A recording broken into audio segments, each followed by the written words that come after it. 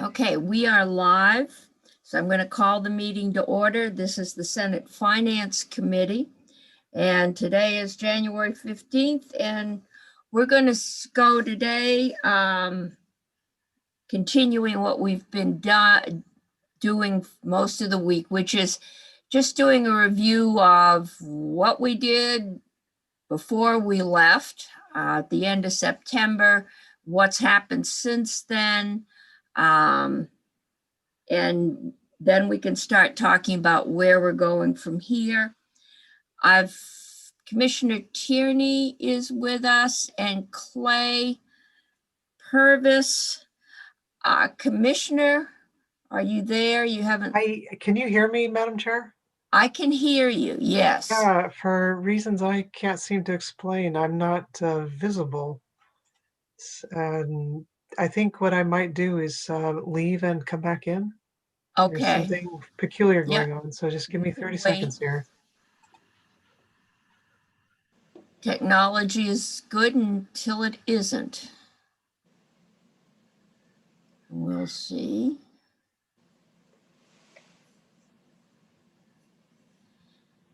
See if we can get the commissioner in.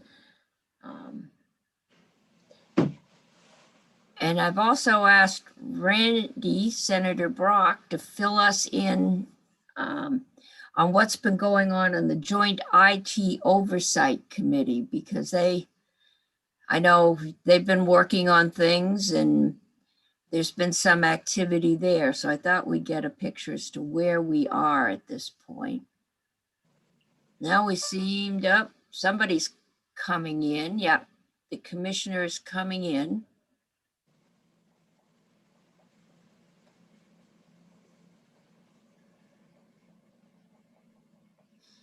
Well, my screen says she's connecting to audio.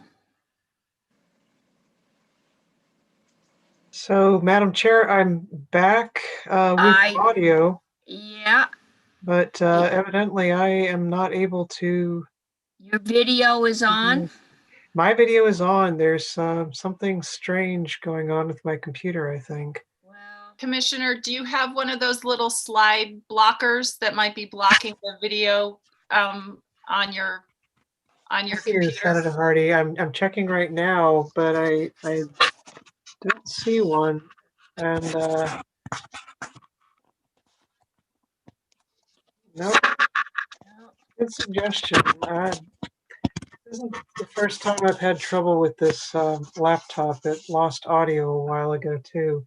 Madam Chair, I'm afraid we'll have to proceed with no camera view of me. We will proceed with just your voice. I'm sorry about that. No, it's happened to many of us. I was just saying I had to get another computer because mine didn't have enough internal memory and I would lose audio, or I couldn't get audio or video at first, and would regularly phase out. Well, arguably, you'll enjoy my presence more without seeing me. So. Okay, well, maybe we got some papers to put up and share, and then nobody will see anybody. There you go. We have plenty of those, I know. Okay, yes, they're under Clay's name, but I have a feeling you're going to refer to some of them. Exactly. So the invitation said that you were looking for an update on broadband in Vermont and on the CARES Act monies and how they've been spent. So those are the materials that we've prepared. And Clay, I think it would be good for us to get going on that, especially given the time. I might add too that I didn't have a chance to say hello to Senator Bray and Senator Hardy the last time. So it's the first time I'm seeing you here in the committee, and I look forward to working with you. And the other members, it's of course good to see all of you again as well. And I look forward to having a productive session with you. Clay, why don't we get started with our materials? Sure. So Clay Purvis with the Department of Public Service came prepared today just to give you kind of a broad overview of where we are with broadband deployment in Vermont. Faith, I'm going to attempt to share my screen. Okay, we also have the the documents that you've submitted on computer if there's any difficulty sharing it. Yes, that would be good. Hopefully it works. Does everyone see a map? titled, It hasn't come up yet, Clay. It just says you're screen sharing. Okay. I'm in desperate need of better broadband in my house. So, Well, it's good we're not showing any favoritism here. that's right. Certainly not. All right. Okay. All right. Now I'm we've gonna gone for start there's. with I think kind of that's what your happened in first, isn't it? Yeah. Okay. I'm going to start with kind of what happened in 2020. When the pandemic hit, the legislature passed H.966, and that created a few programs and funded our connectivity initiative. And in addition to that, the federal government through the FCC made an announcement of awards for the Rural Digital Opportunity Fund. So at the beginning of 2020, we had roughly 70,000 locations that lacked broadband of 25.3 or better, according to our mapping. And we map broadband by collecting data from internet service providers on a location by location basis. Where do you have broadband and at what speed? We map 4.1, so anyone who has less than 4.1 we consider nothing. 4.1 to 25.3 we put in the 4.1 bucket. That is woefully underserved. And then anything that is better than 25.3 but not fiber to the premises, we put in the 25.3 bucket. The federal government's definition of broadband is 25.3, so the government considers anyone unserved at 25.3 megabits per second to be unserved. Which government? Can you raise that map up a little bit? Because we've got the colors, but we Sure, don't. yes, I'm sorry. Yeah, so We don't have the grid that tells us what the colors mean. there's the legend. This map melds both the connectivity initiative and the Vermont initiatives that we did this year and what was awarded under RDOF. And so I'll show you the RDOF map in a minute. But we've gone from about 70,000 locations to just over 46,000 locations that do not have a funded solution for 25.3. So these two programs, RDOF and what Vermont did, has knocked off about 33% of the locations that lacked 25.3 at the start of 2020. Okay. When you say locations, do you count where the providers tell you they run wire past the property, or is that actual homes that have attached to the wire? I'm going to say wire for lack of, but is that actual houses that are hooked up to broadband or just where broadband is available for them to hook up? That would be a serviceable location. So there's a couple of different ways that we count an address served depending on the technology. I think where people get concerned is with cable video providers. We count any address that's within 400 feet of the cable video plant as served, because if you're within 400 feet, typically the drop, that is the line that goes from the curb where your driveway meets the road up to the house, that's usually doesn't cost anything, or rather the cost of that drop is borne by the provider. And then when you're anywhere beyond 400 feet away from the line, there's going to be some expense that you're going to share to get that drop. So for our mapping, we've looked at all the locations in Vermont, and any location that's within 400 feet of the cable video plant, we've considered served. Okay, means so it's those- served but not necessarily hooked up.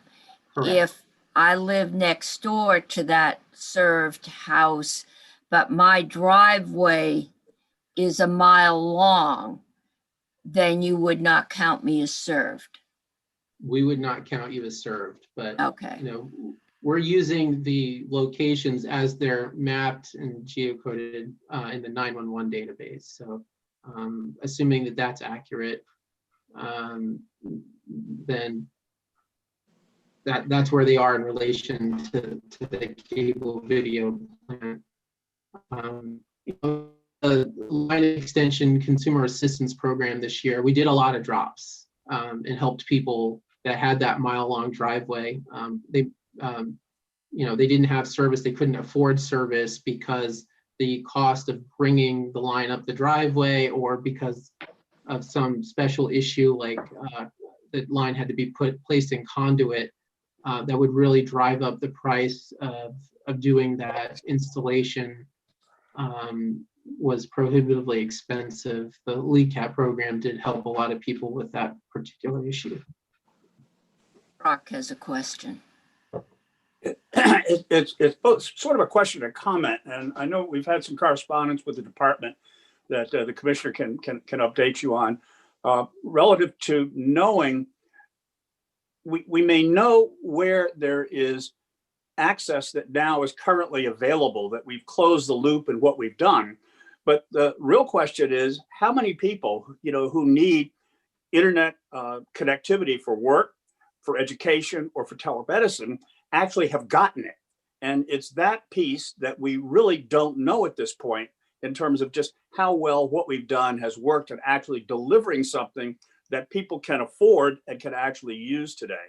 Now, I know that the federal program, and perhaps the commissioner will be discussing that, I'm not sure today, in terms of what's in the new federal stimulus funds, which I understand includes some funding to be able to provide access to people who cannot currently afford internet, how that will impact us here and what that will mean. Clay, I'll speak to Okay. a couple things. I do not have more information at this point about what's going to be available federally than you do, Senator. These are things that are getting pushed out now. The one thing I do know is that the subsidy piece is going to go through the FCC, and we're slated to file comments on how they ought to structure their program for dispersing that funding, which, as I understand it, they're going to have dealt with by the end of February. So that is going to be an open question mark for a while. But that said, you're absolutely right. There are new funds available for affordability, I believe, for folks in certain income brackets, if I'm not mistaken. Perhaps Clay knows.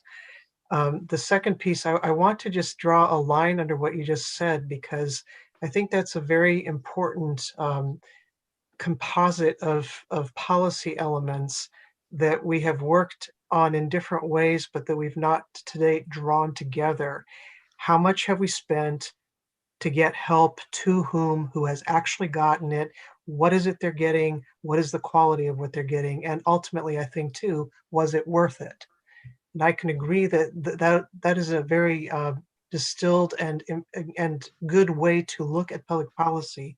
It is not to date how we have been approaching these programs, but something well worth looking into.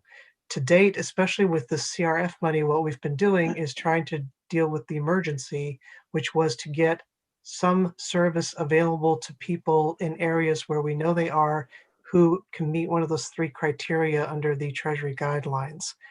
The process of verifying what it is that our contracts are delivering is underway. But the ultimate question that you're asking, whether people have taken that service and whether it is working for them and whether it is affordable or not, those are worthy things to be looking at, but they are not where we are focused right now. Well, the concern, obviously, I think that we all have is if we award a contract to a particular vendor and it costs, let's say, $9,000 an address to get it out to that particular home.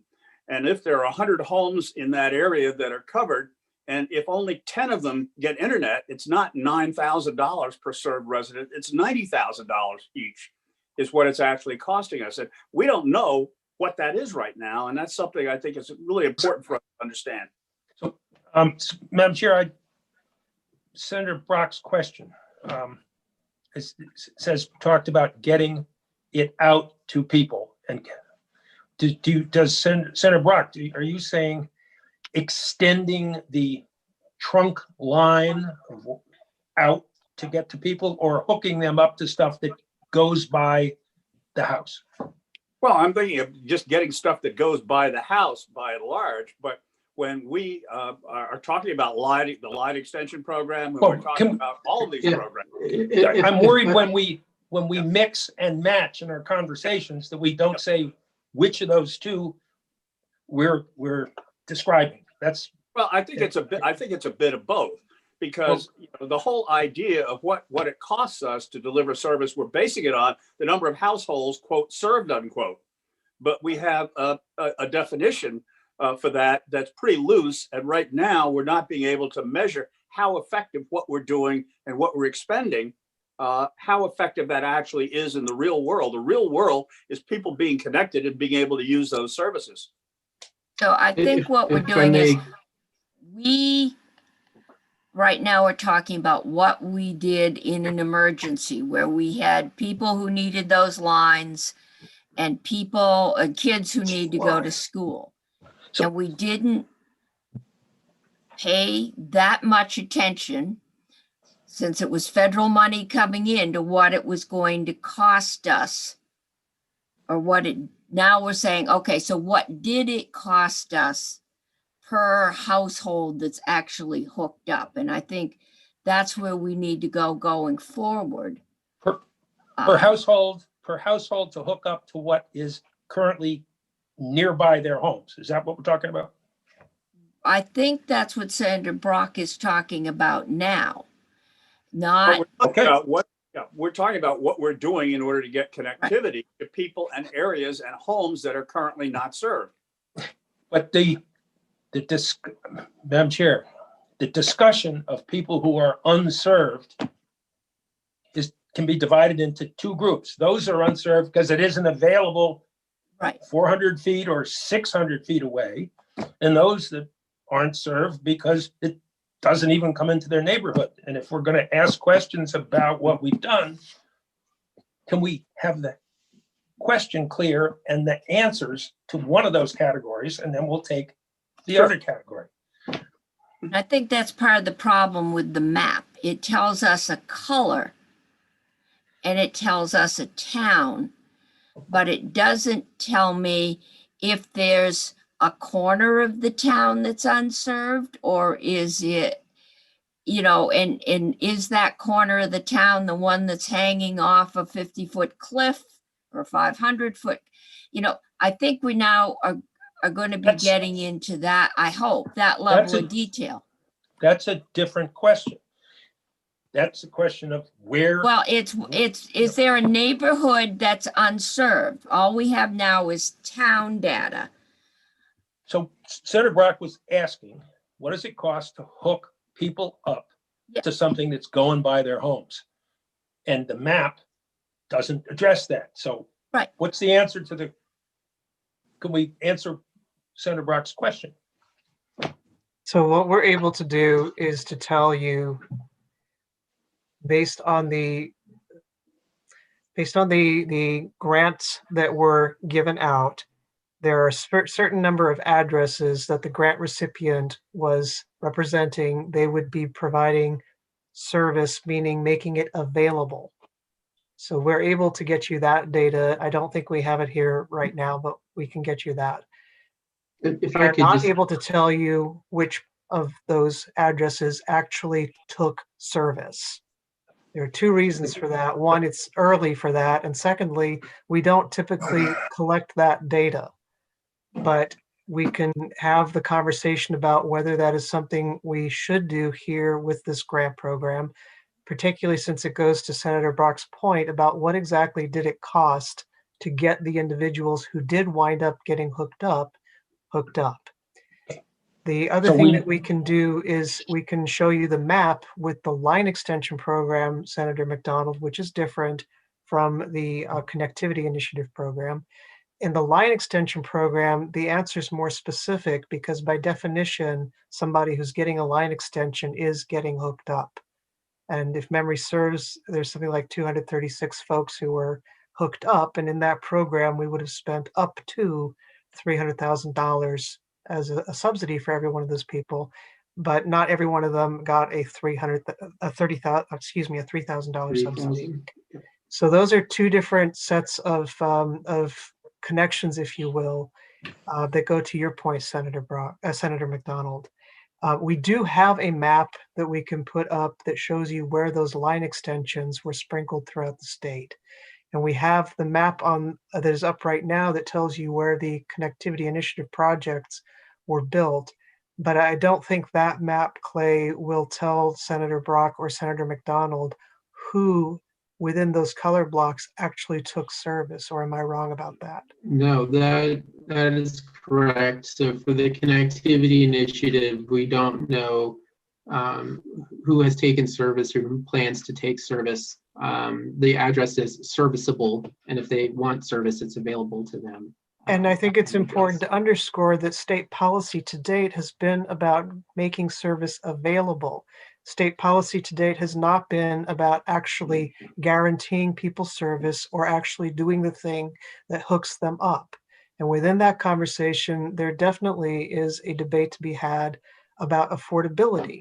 For those people who can afford to complete their own connection, that it's on them, we've made the service available. For people who can't afford to complete their connection, that's a different conversation. And that is one of the things that I think came into focus with the emergency telecom plan that you're going to be getting a briefing on shortly. To date, state policy and federal policy have focused on making service available and then providing subsidy for the service as a subscription once the infrastructure exists to make it available to people. But what's missing in between in some cases, and this is the gist, I think, of Senator Brock's questions to me, what's been missing in the middle piece is what happens when service is available, but a certain gear type, like say an antenna, is needed in order to complete the connection. And how affordable is that? And then lastly, I would just like to point out the difference between assessing the cost of providing service through the Connectivity Initiative bids, and then assessing the cost of actual connections made once that service was made available. Those are two different cost standards. And what I hear in your question, Senator Brock, is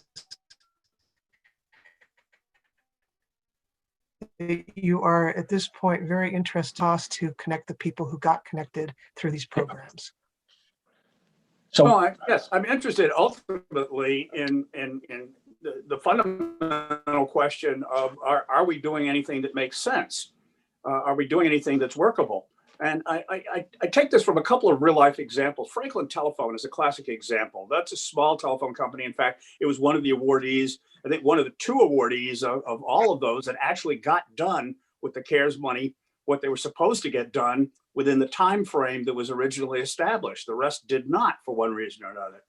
What Franklin has found, though, is that they have various tiers of internet service available, and they're finding that people are choosing overwhelmingly the very lowest level of service that does not meet what we've established as a statewide standard. And so it's available, but nobody's buying it.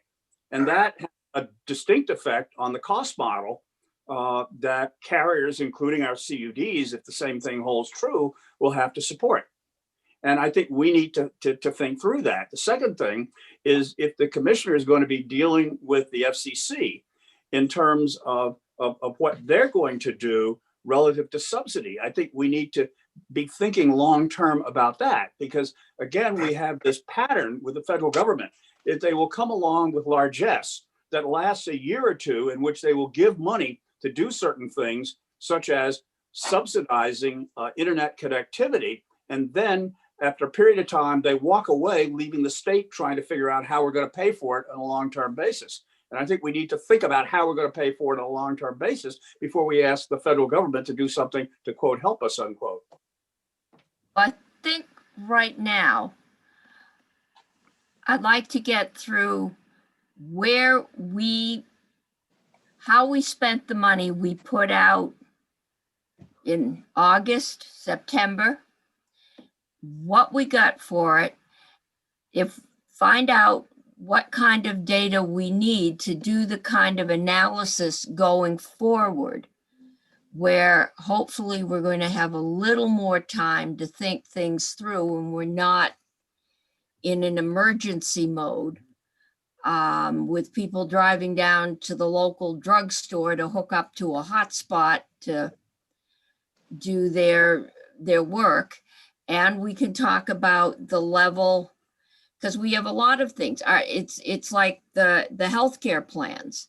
Are people choosing the lower level of service because that's all they want, which for maybe some 20-year-olds is what they want, or is it because that's all they can afford? And if they could afford more, they'd take the higher level. And those are all, we don't know.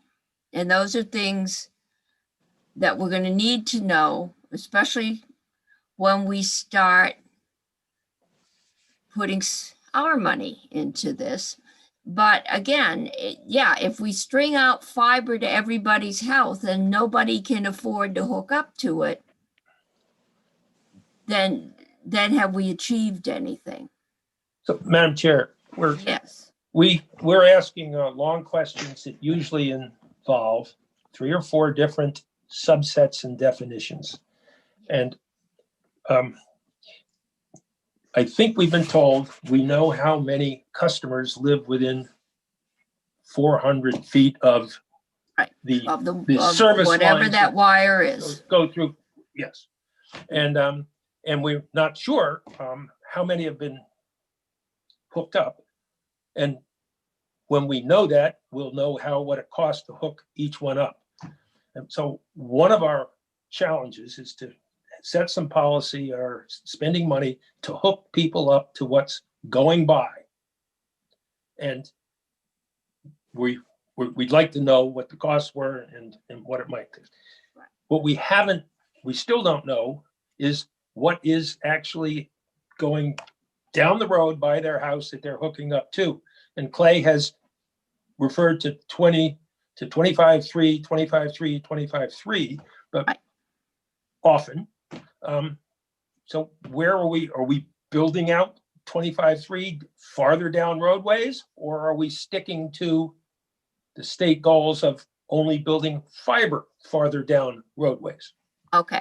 And Yeah. Senator, I tried to get Maria in before this discussion to go over what we actually passed last year, because I believe when it came to getting internet service out, we preferred fiber, but we went as far as saying it was originally we had a veto for the CUDs. We were interested in protecting the CUD's financial viability to string out fiber in the future and not allow the flat areas, whatever, to be cherry picked. But I don't think we mandated. I know we didn't mandate fiber, and I don't think we mandated anything above 25.3. That is correct, Madam Chair. Yes. And the data that I gave you in response to the question that was posed to me on Tuesday, this is the chart that has the blue and green lines in it. You can see that only 2 projects were awarded that were cable, and both of those were 25.3s. But beyond that, and with this CRF money, the rest were either fiber or fixed wireless, but you were technology agnostic for purposes of the emergency. That's what I That's, thought. does Senator Bray, do you have the language of the discretion that was authorized to the Commissioner Department of Public Service? Yes. Senator Bray, do you also have a question? I have. They've been sort of accumulating in the last half hour. Okay, But to respond to Senator McDonald, so I'm looking at Act 137 from 2020. I'm on page 31, sub G, which begins at the bottom of the page, and it's quite short, so I can just, I think, read it to everyone. Any new services funded in whole or in part by monies from this program shall be capable of speeds of at least 25 megabits per second download and 3 megabits per second upload. However, when the technology is feasible, priority shall be given to services that are capable of 100 megabits per second symmetrical service. And I think, when I reread that as part of preparing for this discussion, I don't know what that means when we say feasible. If you have enough money, anything is feasible. So I don't know how the decisions are made about what technology to build out. But anyway, so that's the language of 137. I would suggest that if we allow the commissioner, the department to go through their presentation, we would have more information on which to base our questions. I think we're getting our questions ahead of the information. And I think we also know that some people have very strong opinions in this field and probably know more than the rest of us. So that would be my suggestion, Senator Bray. Well, so can I go back to your point, Madam Chair? I have a beginner's question, and that would be helpful to me, at least, maybe to others, I don't know.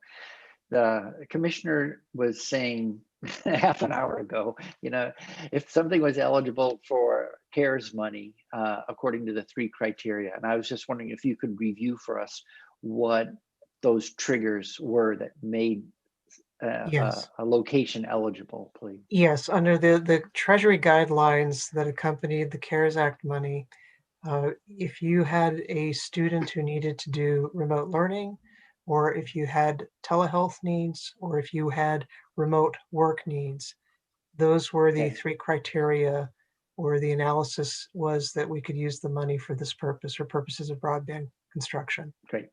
Thank you very much. That essentially says we can't run it through a vacation town, where no one's living there or working there most of the time, but it's pretty broad. For Yeah, I think, someone, yes. What Yeah, you're not- getting at, Madam Chair, is that if you have, say, a student on a road and there are 20 houses on the road and you have to pass 19 to get to that student, that's incidental. And that's fine. And those 19 homes now have new availability they didn't have before. But what the CARES Act required was that the objective be serving or making service available to that student. And the other may I get issue we a faced is we couldn't find out about telehealth because of HIPAA requirements. Doctors couldn't tell us, I've got 5 patients on that road leading up to the student. So, Everybody needs telehealth. So we're sliding off again into the, yes, in the case that was just given to us about 17 houses down a roadway, road. in order to connect one student farther down that roadway, does that involve sending connections all the way down the road and then up the student's driveway? Is that what we're having described? What I was just meant to describe, Senator McDonald, was either a connectivity initiative project where, say, a fiber line was strung down the road and I think would end with that 20th house where the student was.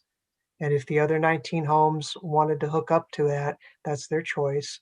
Or in the line extension case, assuming that the distance qualified as a line extension, it would be the same thing. That line's getting extended, but it's to that particular home. I think if the line is the drop to the home doesn't pass other homes, but there would be a line that has to purvey the service, and if it passes those other homes, they could hook up to. Does that answer your question? Well, it sort of does, but the difficulty in this discussion is when we're talking about going down roads in order to Yes. send things off Yes. to people. The term we use for that is line Well, extension. depending on the length of the line, it's either a line extension or it's part of a connectivity system project that extends the system. And I sympathize with the difficulty you're having. I have that same difficulty. Where does a line extension project end and a connectivity initiative project begin? We've had some cases in the line extension program, for instance, where you have small pockets of a neighborhood where 8 houses are getting connected, and those are all technically line extensions. Another person might look at that and say that's a very small connectivity initiative project. But but still, in the gross sense of both terms, if you are in your house and you're not connected to, say, Comcast, and you want that connection, and you're outside of 300 feet, you do not qualify for what's called a service drop. If you're at 500 feet, we'll say that's a line extension. If you live in that town and Comcast is in the next town over and you're wanting to get Comcast service in your town, it would probably take a connectivity initiative project for that town, for that service to go from the town that's neighboring to your town to bring you Comcast service. Senator McDonald, I don't think you're getting the answer that you I'm want. not, Madam Chair, and we keep using words that don't seem to mean the same thing when there are the lines that go by people's houses and through people's neighborhoods and then stop somewhere. When they're built, let's assume no one is connected to those lines. What's the vocabulary word for those lines? Okay. What is it? Yeah, no, I'm thinking about your question. Are you The talking way- about new lines that we have extended in the I mean, there's a different, I think what I heard the commissioner say is we couldn't use this I'm CARES not money. asking what we use. I'm just asking when No, we get permission to use it, what is the thing called that we're using it on? well, I am not sure that you are setting up a realistic description. You could not, no private provider would extend a line through a neighborhood that nobody is going to connect to. It's not cost What effective. would the name be for such a line? Would that Bad be a neighborhood business. connector? Senator, or would that can be I finish? a hookup line? Okay, in order to do a CRF or CARES or whatever, COVID line, the regulation said it had to be being hooked up to somebody that was working, that needed it to work from home, or a student, or telehealth. So we might have run that line if there was a student up there. We What's might that have line run. called? Okay, well, I think what I heard the commissioner say is it gets fuzzy. We're damn right it's fuzzy. I don't know. Okay, I know, and you can't live with fuzzy, and I'm sorry, but it gets So- fuzzy. Well, I'm driving people crazy now, but we use expressions like interstate highways. We use expressions like blacktops. We use expressions like gravel roads, and we use expressions like driveways. We need to have corresponding names so we know what the heck we're talking about. if it connects you down your driveway to what's the end of the driveway, what's that called? A home connection? No, that's called a service drop if it's within service 300 drop, feet. okay, If it's it's a within service 300 feet, Senator, you're not hearing the end of the sentence. it's a That's service called- drop if it's within 300 feet. If it's I- beyond And the that, service drop connects to, the house to a line. no, on the other end. I'm sorry, Senator, I'm not understanding the On question. one end is the house, you go down the driveway and you connect it to, To a line. well, they're all lines. What's the name for this line? If it's the- beyond 300 feet, you're extending that line to the house. That's a line extension. The cable plant on the street in the public right of way. Like, can you Is- help here? Is called what? Cable I think June did say it. It's the cable line. It's the cable plant line. It's the line that the cable company is responsible for. Okay, and if it's a copper line that performs the same function, only less robustly, what's that thing called? The copper line? That is called in the telephone parlance, that is a loop. Madam Okay. Chair, But it is a Okay, line. yeah, I am going to Please get back suggest to that we are going to drop this. Senator McDonald, I'm going to send you for a tutorial and see, because I'm not sure that the rest of us are struggling to be as precise as you are, and perhaps you can help us. Madam Chair, Laura. I will stop, but each time we devote money to something, it goes to different categories of lines. Okay, And I'd like to be able to discuss one category at a time, so how the regulations for each category, if we understand them. So I will mute okay, myself. let's listen. move forward, and maybe if we get the presentation, we can figure out what we don't understand. Madam Chair, I do understand the senator's frustration, and I've got an employee who stares out his window every day at a coil of EC fiber. The drop is coiled up at the telephone pole at the end of his driveway, waiting to be hooked up. So it is a frustrating problem. When we talk about the line extension consumer assistance program, that program got people hooked up. So That As a ran the required- line up to the house, up to the right? house, into the house, they had to agree to take service. So they're buying service. That program was consumer driven in that consumers apply to us for the subsidy, and we coordinated with the cable company or EC Fiber to get that line extended and the drop up to the house made. And we had um, money in there for fiber drops, right? You did Because as well Where under. they're more expensive, you had to put them underground and, yeah, Yes, and we did, Okay. so with the line extension program, we did about 260 line extensions, so people actually got it to their house. With the Get Vermonters Connected Now, EC Fiber, Mansfield Community Fiber, together did about 322 locations where they had to bury line and conduit. Those were the difficult to reach areas. Notably, EC Fiber did mobile home parks. So most of the mobile home Yeah, I parks in the remember that. Randolph, Chelsea area. So that was a good program. That was a subset though of the connectivity initiative. And I did want to go back and connectivity answer. initiative was really, the wire was there, but we needed to get people hooked on to whatever was going by on the street, or in my case, it goes through the backyards, but Yeah, Wherever the poles the are. connectivity initiative is more about actually bringing the wire into the neighborhood. So the neighborhood Okay. was unserved. So Okay. it was the more macro all right. program, whereas the LECAP and the Get Vermonters Connected was the more micro problem solving for individual locations. So And I did. the extension, I had several neighborhoods talked to me about being a half mile from the line.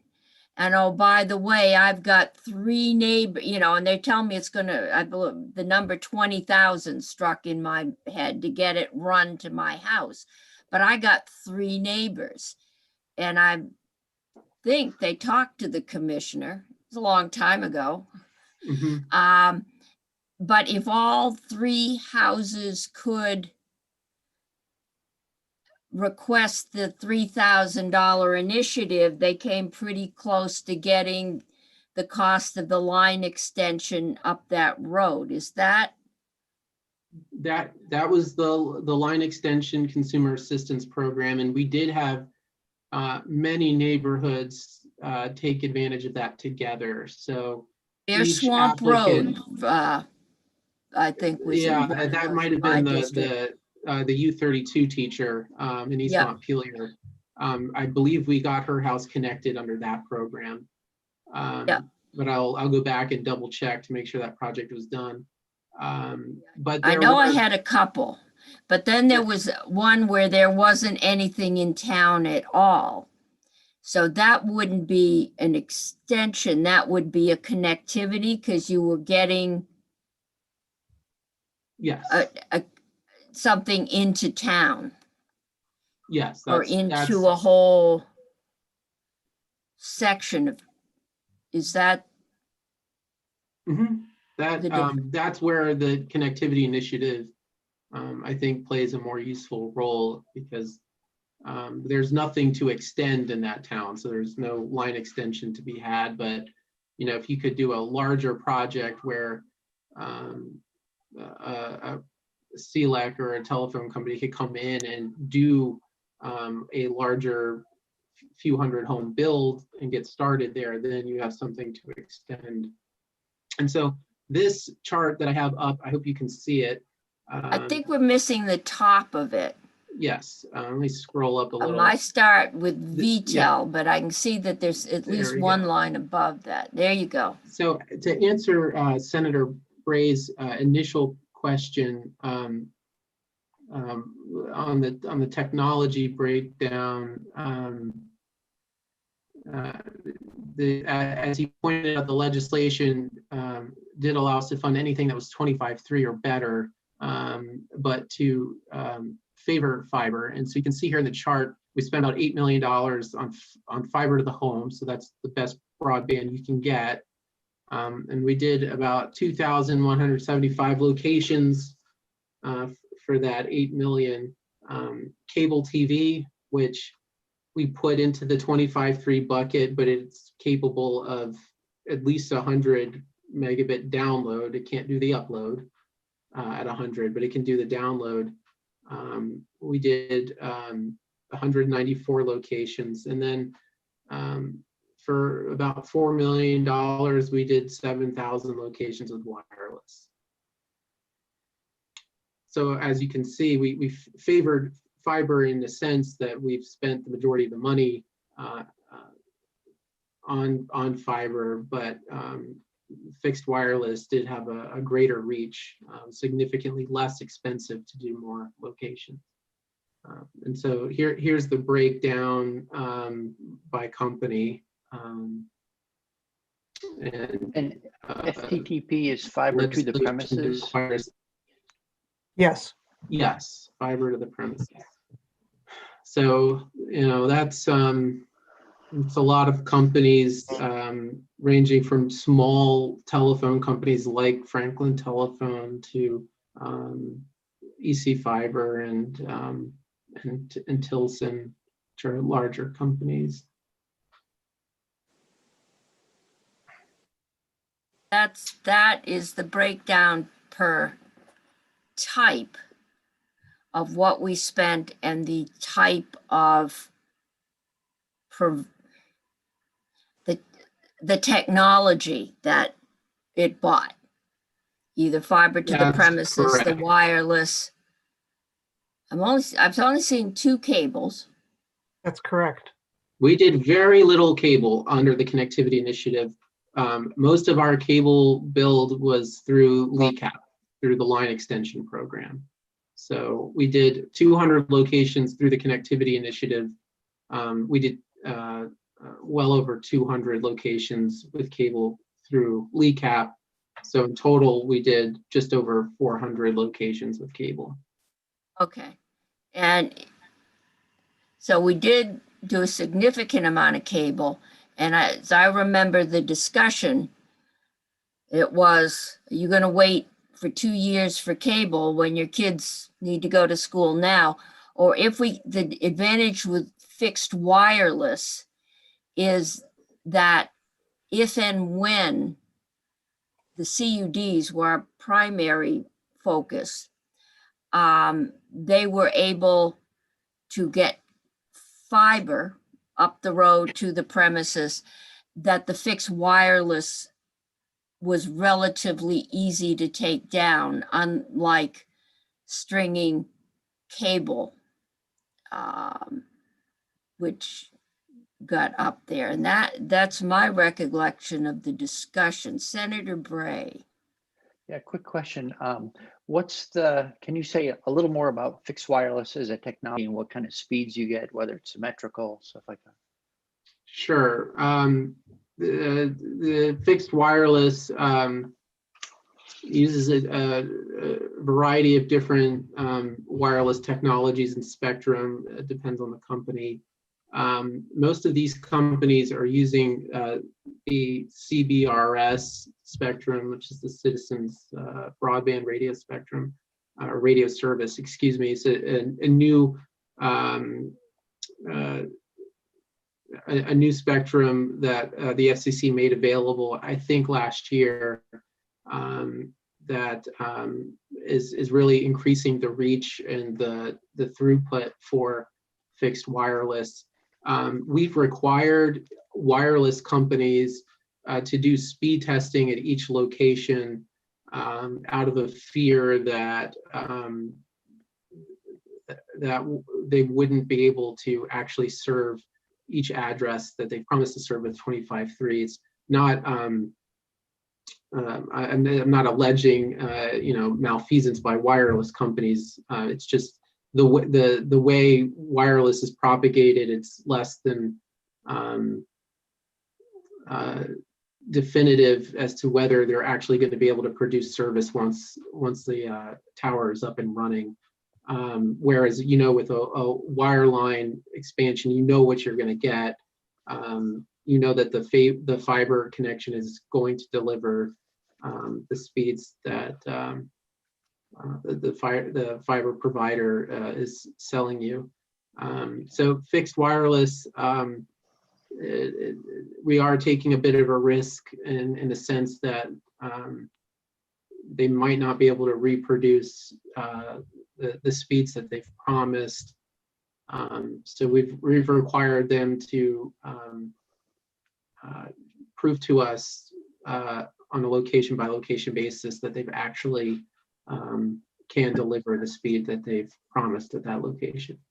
Okay, and just to complete the story, and what speeds are we talking about with that technology? At least 25.3. So if they can't do 25.3, they're not going to get paid for that address.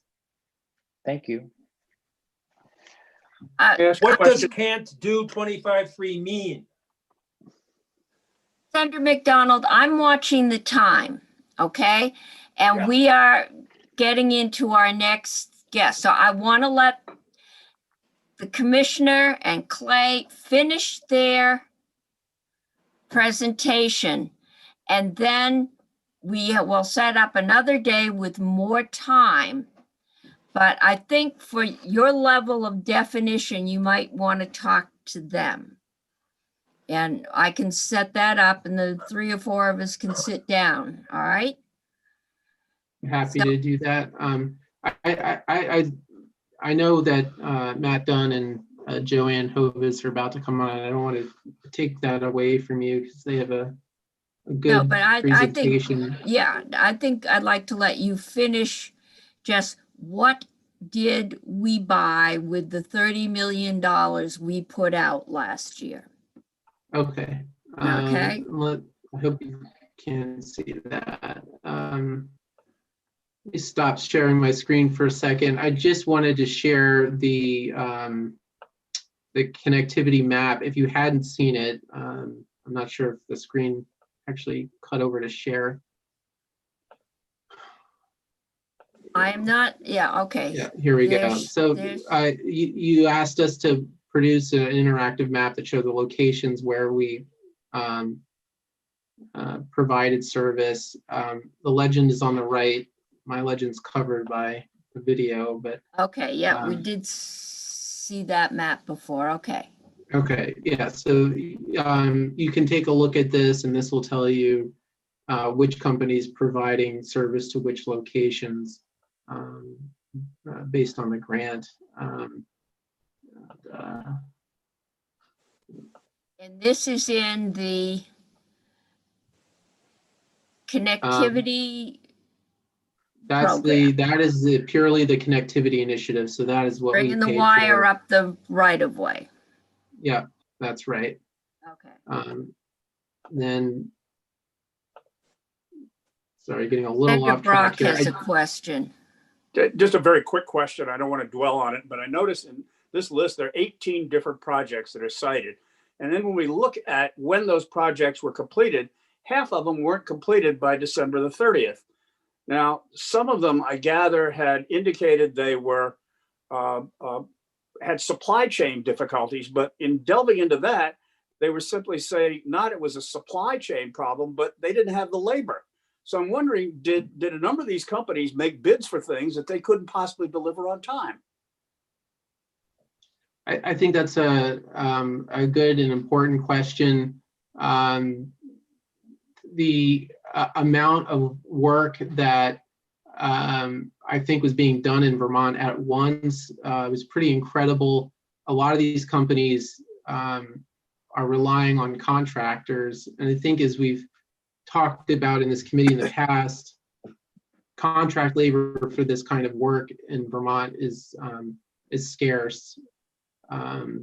We've talked with Vermont Technical College about a workforce development program that they could perhaps do to help alleviate some of the constraints. But by and large, I don't think that Vermont's labor market was set up to handle the influx of the work being done.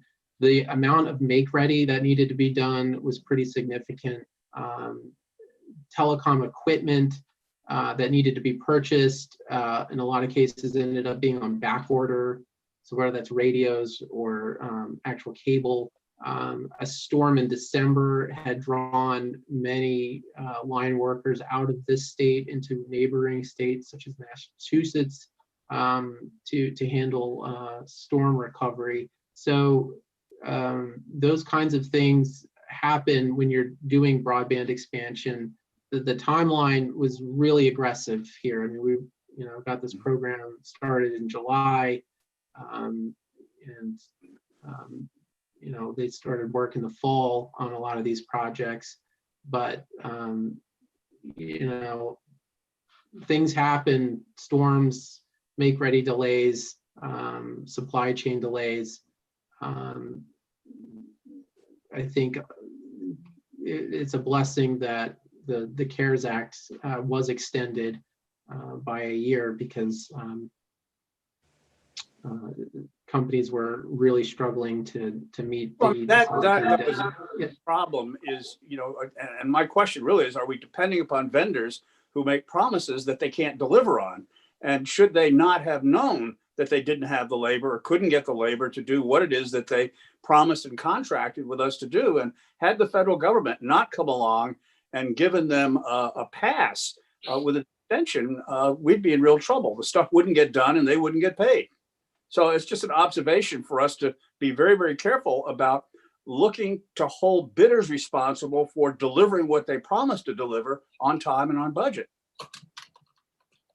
It's an observation. I think it's a good point, and certainly with the LECAP program, we had to tell a lot of applicants, we're sorry, we can't do your project because it can't be done by 12:30. So there was a significant amount of that happening. And indeed, you know, of those that we consider completed, in many cases, they still haven't been able to produce the final documents and the final testing, which was also supposed to have been done by then. Only 2 of these people get this entire project done within the time frame that was promised. 2. Franklin Telephone being one. Okay. Maybe they could give classes. I think that is a cautionary. Yeah. We're going to continue this discussion as we move forward, because I think we're all hopeful, if not expectant, that there will be more broadband money coming in. And when we let the next section, that's, I think, when we should have the time to make sure that we don't repeat any mistakes that we made getting this out the door, when, unless we got them hooked up, kids couldn't go to school and people couldn't go to work. So I think I look forward to continuing this discussion. May I ask one other thing? Because I know Yes. that the commissioner's time with us today is short, but there's one fairly important piece, and that's the 10-year telecommunications plan that I'd hope they'd be able to address a bit today. And I noticed that in the plan and what's been put out, there's $250,000 that's been allocated. And to the best of my knowledge, I'm told that they've not requested any more funds from the administration. And the question is that sufficient to do a telecommunications plan of the level and quality that we really expect, and to get it done by, June 30th? Is that realistic? Senator Brock, we've had this conversation in this committee many times before. And the last time I recall having this in September, I had said to you that $250,000 is what was appropriated, and that's what's available to us, and that's what we're going to use. And that is what we're doing right now. And we met yesterday with the interagency team, to select a vendor. And I believe if we haven't already announced the selection, we will be shortly. And that contract will be funded with the appropriation made. What you're asking me specifically is, have I asked for more money for this planning endeavor? No, I have not. And do you believe that it can be done to the quality, and we've discussed that many times in this committee, that we're expecting for that amount of money? And which is still, in total, even when we consider the emergency broadband plan, still considerably less than the bids and proposals that you got the last time you went out for a competitive request for proposals. Clay, have we already announced the contractor that we chose or not? We haven't announced it to the world. In that case, Senator, I'm afraid I'm not free to discuss this any further, except to say that we're going to do the work we can with the money that we have. And I think that's going to be a quality product. I really don't know whether it's going to meet your expectations. We'll have to see what the product is and what you think of it at that time.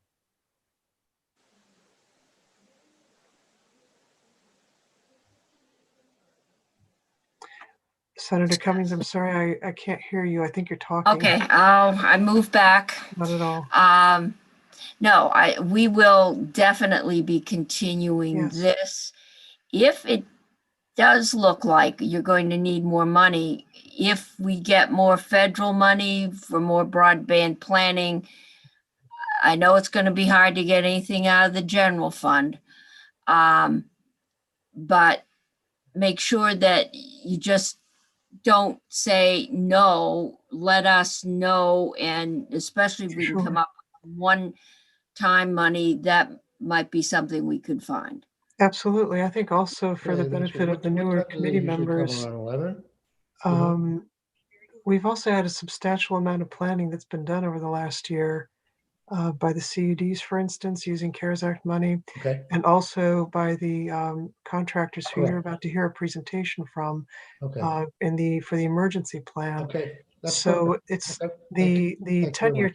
telecom plan is not starting from scratch. It's going to have available to it the product that has already been paid for through the CRF money that's been dispersed for that.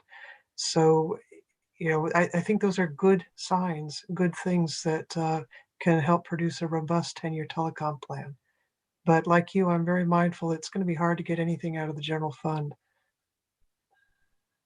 And I think that's a really good segue into our next, and Senator Bray, you have a question. Yeah, it's a very short one. Good. I don't know all the vendors. I know there's a project out, Danville or West Danville. What vendor should I look for on the maps in order to be able to identify that one? West Danville is Tilson. Tilson, yeah. This fiber to the Thank you. home. Thank you. And I would urge any one of you to feel free to give us a call, and we're happy to discuss some of these details offline, if that will help you as you acclimate to the committee. And I think I would like to move into the next presentation, which is the emergency broadband plan. And Matt Dunn and Joanne Hovis are both here. But when we had hoped to be able to use CARES money to help do our 10-year plan, and we're told, nope, but we could do an emergency plan. And when we did that, our hope was that we might learn things that we could use or that would inform the 10-year plan. And so we'll find out. So I'm going to turn that over, Matt. I guess I've got you on my agenda. But the floor is yours. So Take it Thank you, away. Madam Chair, and delighted to be here on a Friday afternoon to chat about one of my favorite subjects. I am joined by Joanne Hovis, who is the president and CEO of CTC Technologies and Energy, based in Maryland, and it was a collaborative project to be able to bring this emergency telecom plan to you this fall. And the plan is to walk you through the slide deck that I believe was already distributed to the committee or posted. I'm not. it is under our documents. Yep. I'm still getting used to, Senate committee meetings via Zoom. So On Zoom, yes. but it should be available to you. We also created a summary document of the final plan, which was a very large document. I think getting to the pertinent points as well as the legal review, which we thought would be helpful as you're evaluating a variety of different possible scenarios moving forward, and also some of the details of a telephone poll that we did to supplement an online poll, which wasn't in the draft plan because it hadn't been completed by the draft plan, but is also available for you to review. And that was a poll specifically of individuals who had been identified as being underserved along the way. So if there aren't any other sort of preliminary questions, I'm happy to jump into a presentation to walk through the basic findings. I am not seeing any questions at this point. Great. Keep Excellent. going. All right. Let me see if I am empowered to share. There we are.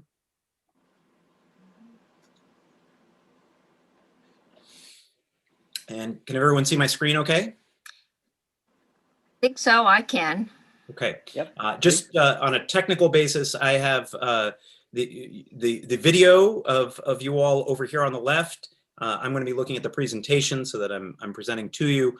So please speak up if you want if you want me to stop and along the way. Just I have everybody blanked out. I'm trying to see if I can get you up on my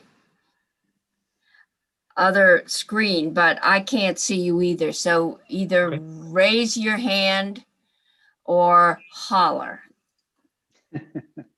Okay. I've never known this committee, Madam Chair, to be shy. So No, that is not one of their issues. great. So where I want to start is with what the task was that was given to us. And I'm sure you referenced that this was a very specific on a very short timeline project to be able to look at the short-term, immediate strategies for dealing with the lack of connectivity during the pandemic. We had a number of back and forths after the RFP was let, and once it was awarded, to make sure we understood that. And what we did is we also framed this project with three specific goals in mind. One was, again, to target the immediate COVID-19 needs. The second was to not adversely impact the long-term goal of 100 over 100 speed broadband, which the legislature has set as its goal for the entire state. And it should assist in driving towards long-term state goals whenever possible. And given the nature of the request, which is how do we get people online now as quickly as humanly possible, there certainly was an emphasis on that led to not going into those longer term pieces, but we did try to build that base of knowledge that you can then refer to as you're making plans for the future. The recommendations assumed financial resources were available to move quickly, as well as staff or contracted resources to do that. So that's baked into this assumption. And there is and the other just really clear thing is that this is not the 10-year telecom plan or a blueprint to bring the state to 100 over 100 goal. And that is a really important note. That is a different project that is to come, but hopefully, again, this provides some of the groundwork for the state to be able to do that longer term planning. The work that was done by the two teams that were working together was pretty intensive. Well over 60 stakeholder interviews. We did an online survey that actually had a pretty robust response level across the state. We also did some intensive, we hired a firm to do an intensive phone survey to be able to get responses from folks who were underserved. We felt that people who had poor internet already were probably going to struggle to sometimes respond to an online survey. So we wanted to make sure that we got their response as well as how they were coping and what they were seeing as challenges. We did also a specific online business survey, working with business organizations across the state to get that out.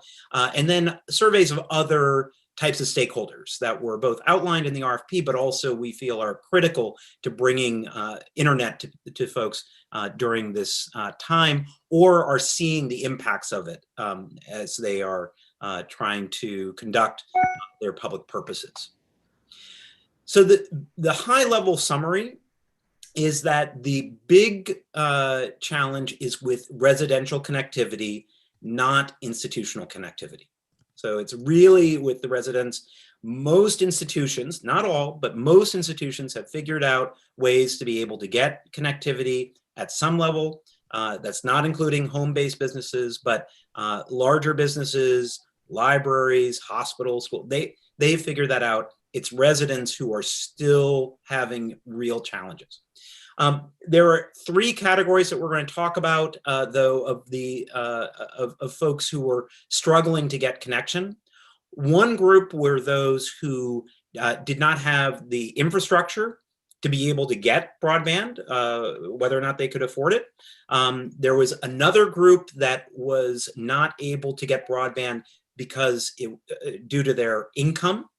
And then there were the intersection of the two. And those are different groups. They do have an overlap, but we tried to break them out because we think there are different challenges associated with each of those. There is clearly, and this should be no surprise, a need for connectivity for remote work, remote education, and telehealth. I will say the numbers for telehealth was higher than I would have expected. Given the lack of use of telehealth before the pandemic, those numbers really grew quite quickly. We believe that in the very short term, using temporary cellular data infrastructure, we can get to over 90% connectivity. This is not a long-term solution. People would eventually get frustrated with this, but in the very short term, that you can get to the place where people can do remote work, remote education, and basic telehealth over that type of infrastructure. There does need to be a mobilization of people if you want to implement this quickly, if you want to address people who are in need right now, and that there are a lot of stakeholders, including and perhaps particularly CUDs, that have an important role to play in making that kind of deployment happen. So this is the universe of people that we zeroed in on.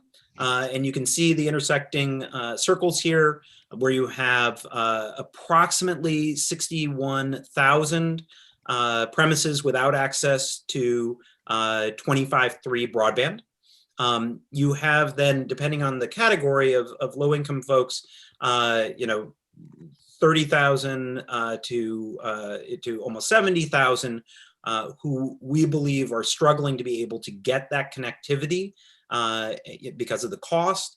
And then the folks who fit into that intersection of the two, which will take an additional type of strategy to be able to address. So I'm going to walk through the survey data, the responses that we got, just to give some of the highlights. The full text of the findings from the survey are in the overall project, but this can give you a sense of what's there. And again, I don't think anyone who's been connected to their community are going to find these as particularly surprising. But teachers are spending a significant amount of time working out at-home technical issues, whether they're teaching from home, but more likely the students that are trying to work remotely. And so they're spending a lot of time doing that, many times having to do with the connectivity level, and that's taking away from teaching time in an already challenging environment. There's been some significant absenteeism in some districts. I think there was a recent VPR story about that in some areas, and there's just it's very difficult through an online environment to be able to connect to find out what those challenges are. There are students who are sitting in parking lots and feel the need to go to other students' homes to get access, even though that's not the best recommendation under the COVID guidance. That's what they're having to resort to. And when only 19% of those who were in the phone survey, who were identified as folks who had less than 25/3, said their home internet was, only 19% said their home internet was adequate for remote learning. And so that's a huge group of folks who are not getting the adequate broadband to be able to do that learning. The other interesting findings are that businesses across the state are transitioning to work and operations online. This is a trend that happened by directive. There is, though, a sense that a lot of this is going to be permanent in the longer term. The state-run networks are seeing lower traffic as state workers are using their residential providers to be able to do their work on behalf of the state. And workers at home across the state are struggling with connectivity. So there are some other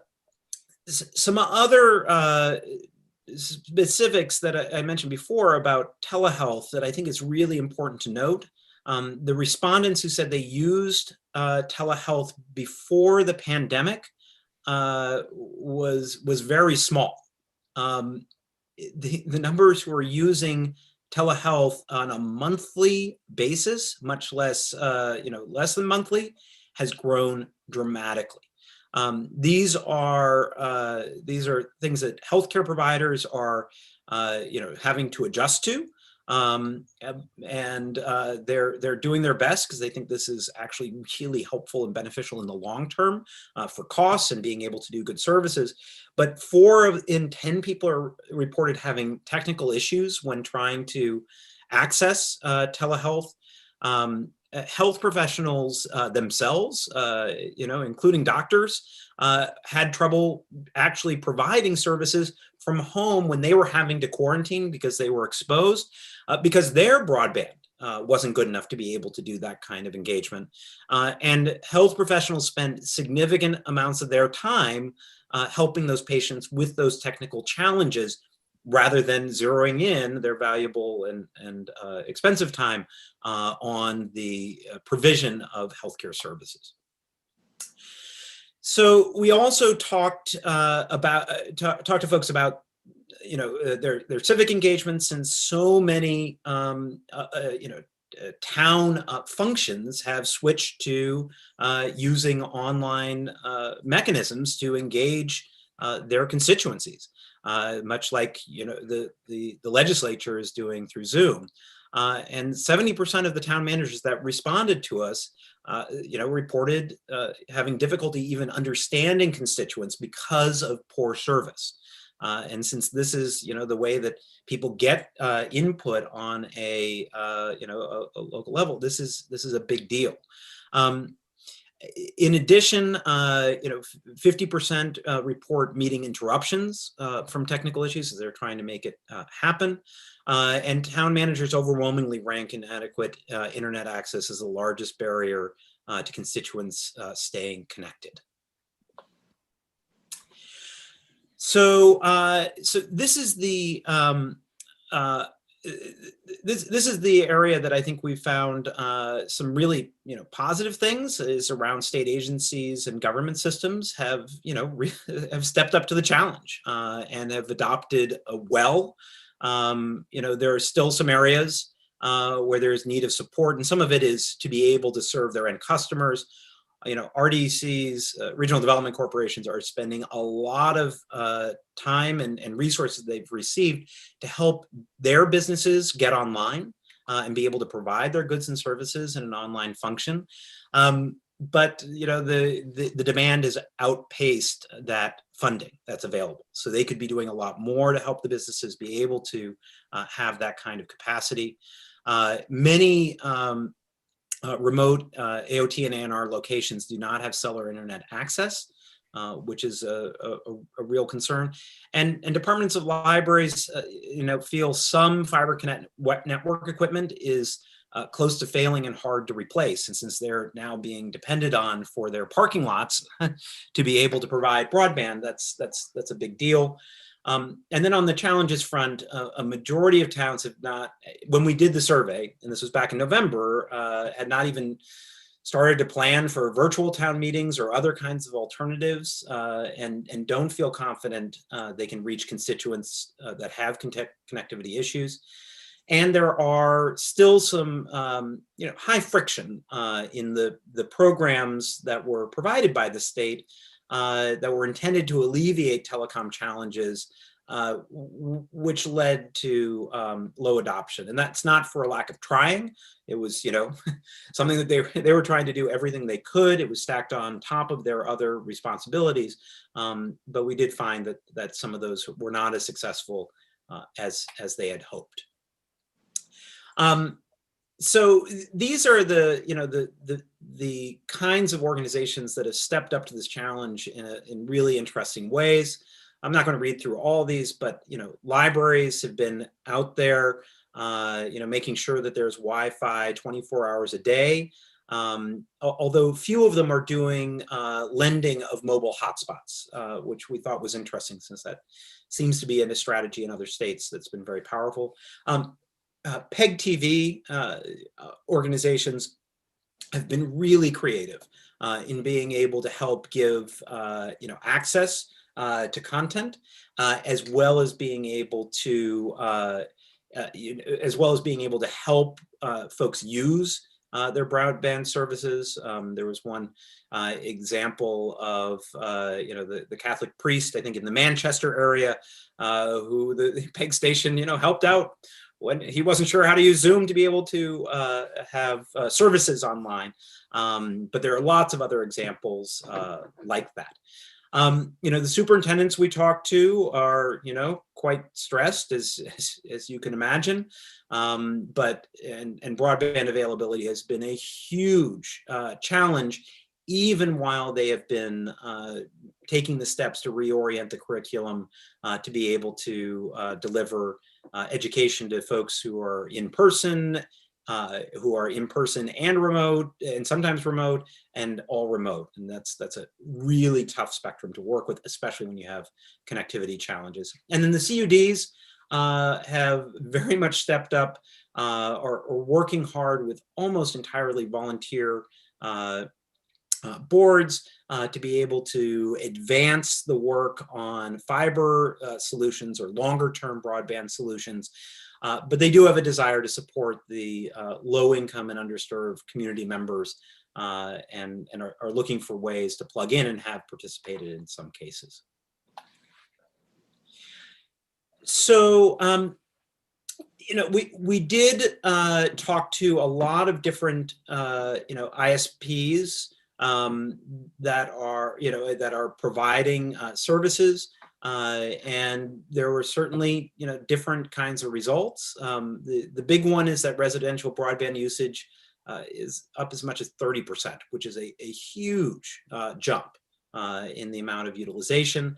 DSL, as you probably know, technologically or by engineering, is constrained. There's only so much that can be passed over DSL lines, and so when you're adding lots and lots of people to it, it has an impact. There is a lot of increased demand in installation and upgrades that has resulted in labor shortages and delays due to that. So there is a workforce development aspect that's going to be important in order to be able to continue the work. Comcast and Charter have low-cost programs, although it appears there's pretty low adoption.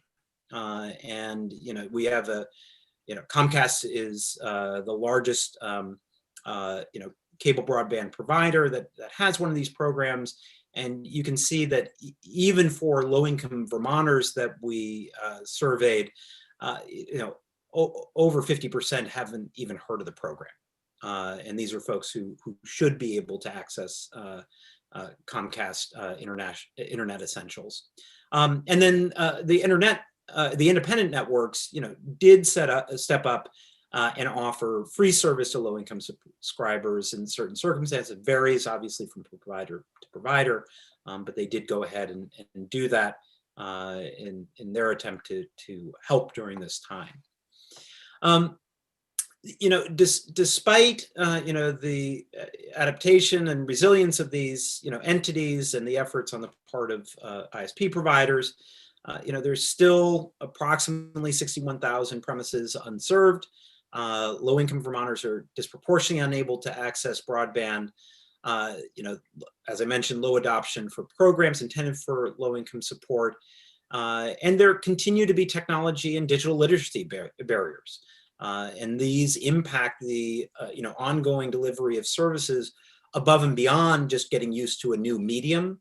It's just you spend lots and lots of time just trying to get through those technology problems. And there really isn't an organization or an institution staffed and funded today to be a go-to resource for connectivity issues, right? PEG stations sometimes serve that role. Other places serve that role. Folks sometimes call Clay, but that is not a solution to doing that. And so we just wanted to flag that as a challenge in the state. So our three big, emergency mitigation strategies are this. One is to provide a new broadband service subsidy to low-income Vermonters during the pandemic who have access to the infrastructure associated with good broadband but can't afford it. The second is to connect unserved addresses quickly using short-term infrastructure solutions, primarily with 4G mobile hotspots. And in many cases, it'll be necessary to have signal boosters, but with the signal boosters, even if they don't think they can get cell service at the location, they can. And so that's an additional component that could be added.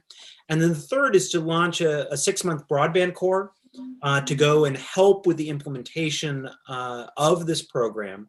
Whether it's doing the site visit to understand where a hotspot could work and where a single signal booster is needed, even potentially installing the signal boosters, just, folks out there making this happen, being available for calls to be able to help people with getting these things set up and working, and then eventually to be able to provide additional digital literacy support at the far end as people are still trying to grapple with how to avail themselves of things like telehealth and other items.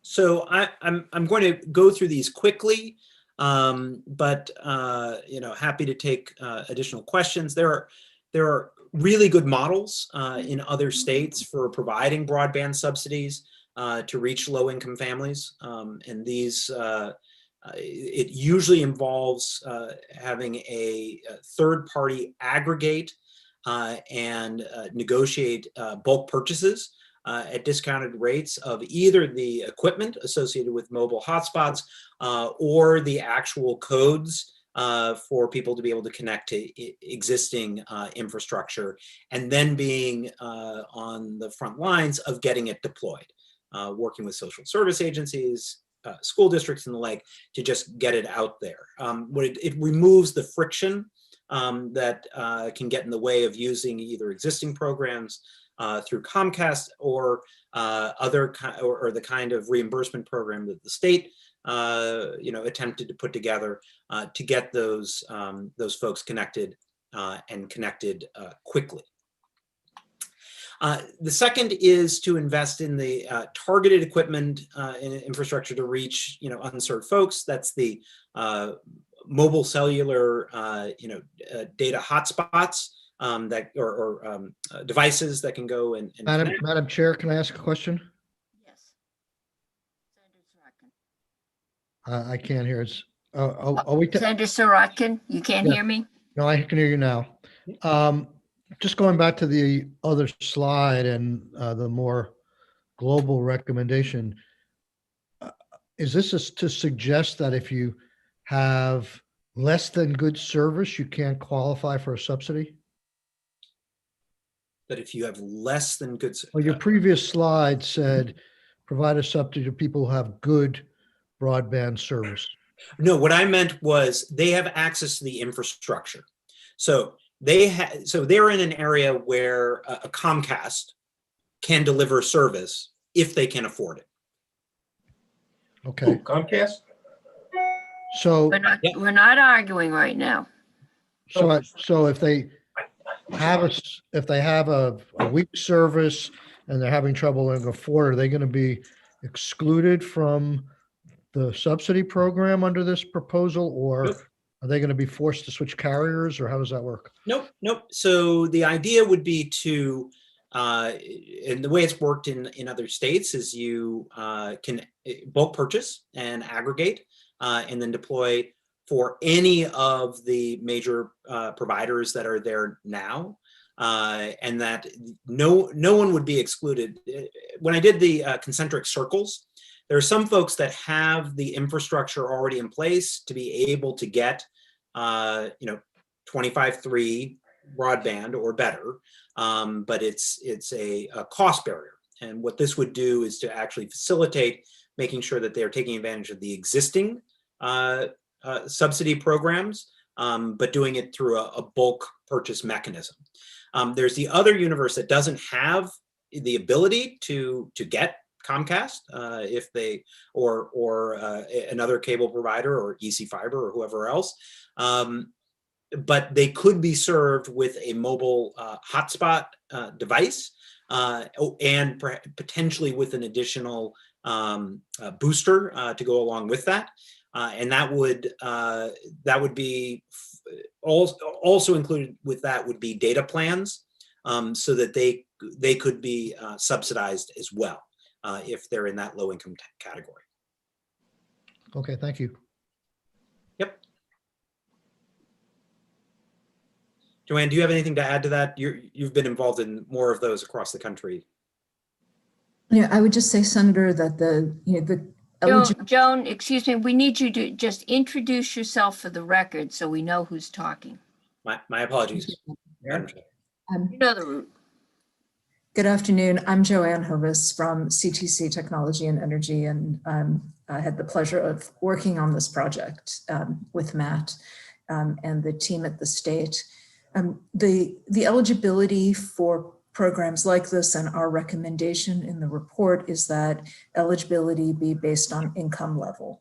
So it's not based on technology or infrastructure or service, but it recognizes that whether service is available or not, there are a substantial number of Vermonters who can't afford to purchase it in the current moment, and that is a barrier that needs to be overcome as a tool for addressing the challenges of the pandemic. Okay. Any other questions? Are we ready to go on? Okay, let's go on. Great. So one of the things that we did, even during this short period of putting together this proposal, was really dig into the data and using geospatial analysis to estimate what kind of technology could be reached by, or what kind of premise could be reached by what kind of technology. And we used then a reductive process to try to get as close to everyone covered as possible.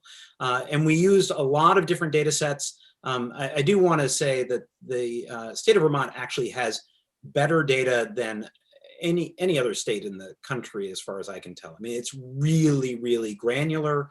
The team has done a great job. It's much better than what's available, certainly at the federal level.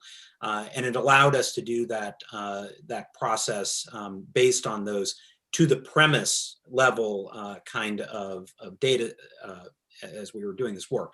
I will flag that when we did the phone survey of the folks who were deemed unserved by that data set that the state put together, we found about a 12% error rate, where there were about 12% of the folks who we surveyed did have over 25.3 or 25.3 or over connectivity, which is actually quite good, especially since there was a fair bit of deployment that went on between the time they finished that data set in the spring and when we did the survey in the latter part of November and early December. So that'll give you a sort of a good sense of how the state's doing and the level of accuracy with that data set. So this is how we were looking at the path to reaching the unserved premises. At the far end of the tail, you'd have to get a little bit more creative, and particularly working with some of the wireless providers that should be able to get some connectivity with an antenna and signal booster and the like. And there's also a group of premises that could be covered if VTEL's Reconnect application is successful. I've not heard word whether or not it was, but they had targeted a number of different locations. But this is how we, went from the 63,000 all the way down to covering just about everyone, as well as the counts for the low income individuals or households that would be served. We also found something that went into our recommendations was pockets of unserved folks in Vermont. And these are the places where we are recommending the underwriting and funding of line extensions, and don't feel that those would be doing any kind of undue harm to the CUDs because they're completely surrounded by served areas, right? They just happen to be islands. They may have been on the border between one ILEC territory and another provider, but they really should be addressed because it's unlikely for a CUD to overbuild through lots of already served homes and households to be able to include them in an overall project plan. So we've gotten that pretty granular, and there's a group of them, and we've been able to identify those by municipality as it's moving forward. And then the final piece is developing a broadband core to provide the technical assistance to be able to deliver on this. We did an estimate of the number of individuals that would be needed to be able to reach the number of households that would need to be supported. We broke it out by Regional Planning Commission region, since that doesn't, since they've been on point for CUDs, but as you also know, not all towns are covered by CUDs, but CUDs would obviously be the ideal coordinating entity in the places where they do exist. And they would do that work for testing to make sure that a proposed solution works on location, rather than just sending a child home with a device or just mailing it to them, making sure it's actually working, doing the troubleshooting, and then providing a technology help desk. They could actually rotate around and be a help desk to be able to solve problems that come up over a period of time. So our estimate is if you wanted to do this really quickly, you would need probably 42 core members. This could be done in collaboration with an AmeriCorps program like the National Community Conservation Corps, or it could be transitioned to an AmeriCorps program. Those things are tough to spin up super fast because of the application process, but depending on the urgency that you have to be able to move forward, it could be done. And we did some rough estimates of what it would cost to do this. So this is the summary of cost estimates for our primary recommendations. And we believe that hooking up low-income subscribers where there is existing service infrastructure would be about $7 million for 1 year of service. In addition, it would be $2.4 million for low-income subscribers without existing service to get mobile enabled hotspots in their locations and covering the data plan for 1 year.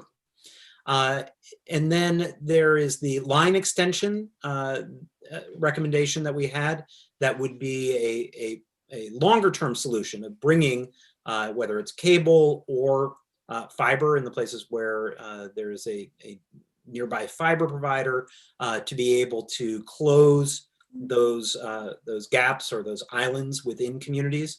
That's about $5.6 million estimate.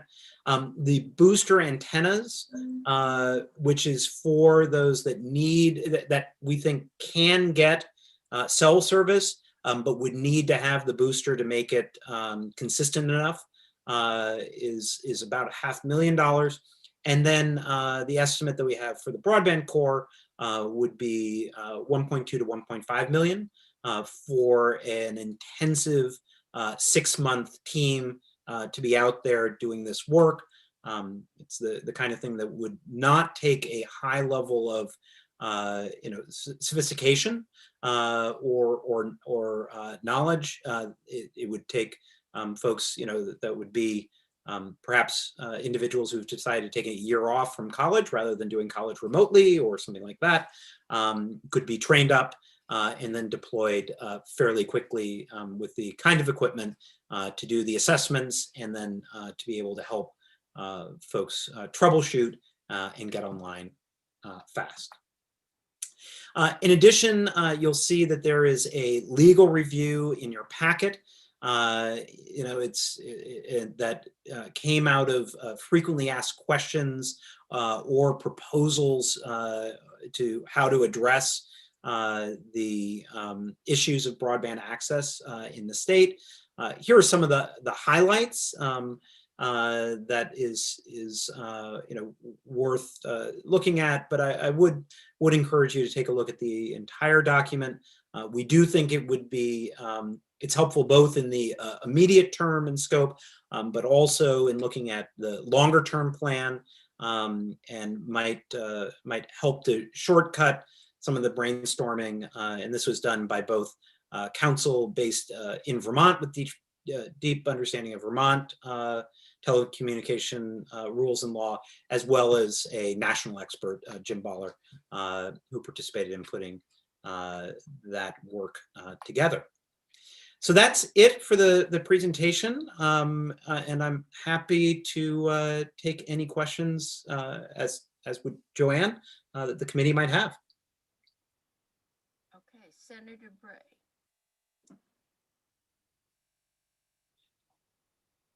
No, you muted, Senator. First technical difficulty. I'll go back to repeating. Thanks for all that great data and putting that together in short order. It's very helpful. I did have a question about the nature of the service that people need, and that's around how symmetrical it needs to be in order to really make it fully functional. So I don't know if 25.3, I mean, it's, does that suffice in most cases, or does that mean one person in the exchange is doing fine on receiving data, but you end up with a broken herky-jerky sort of connection back, or you can't, I don't know, use remote sensing if you're doing telemedicine or things like that. Can you talk a little bit about the thresholds that underlie all those numbers? It's 25.3 for the report, right? But are you espousing a higher, more symmetrical speed than that for general use? So, Senator, I would say the 25.3 is your bare minimum, right? It can work. It is, you're right. If you've got lots of people, I've got 3 kids all in school doing remote school at some point during the day, and it can become a challenge. But the feeling is that right now, given those kinds of services, it will get you there. It is not a long-term solution, right? It is not what the state would want over a longer time horizon to be able to really give people access to robust telehealth and the savings both in time for consumers having to drive places, as well as for healthcare systems, as well as doing online work and sharing of larger data sets or documents or those kinds of things. So it's definitely not the recommendation for the long term. I'll just, speaking for myself, I think that what the legislature has set as 100 over 100 objective is really where you want to be, and some of the providers that are out there are doing much better than that, providing gigabit symmetrical. But that's in the context of the COVID pandemic, if you could get to 25.3 for all the households, we think it could carry them through. And it's just, it takes, to do more than that would just take longer. And so it's an urgency versus quality. It's also why we didn't look that much. We started to explore point-to-point wireless solutions, and you're just not going to get the upload speeds, and it's expensive and it takes a while to deploy. So. And do you have a concern or experience elsewhere where you've seen deployments that would fill in like this, that if you build this kind of infrastructure in, that it's a regrettably long period of time till anyone comes back to replace or upgrade it. Are you talking about the line extension or the other? Yeah, I just, you know, I guess I don't know. I don't know enough to answer to ask the question better, but I mean, just that to what degree are we vulnerable to making an investment that people learn to sort of put up with, and then everyone's sort of tired of working on it, and then it takes X number of years to come back again and build something more robust.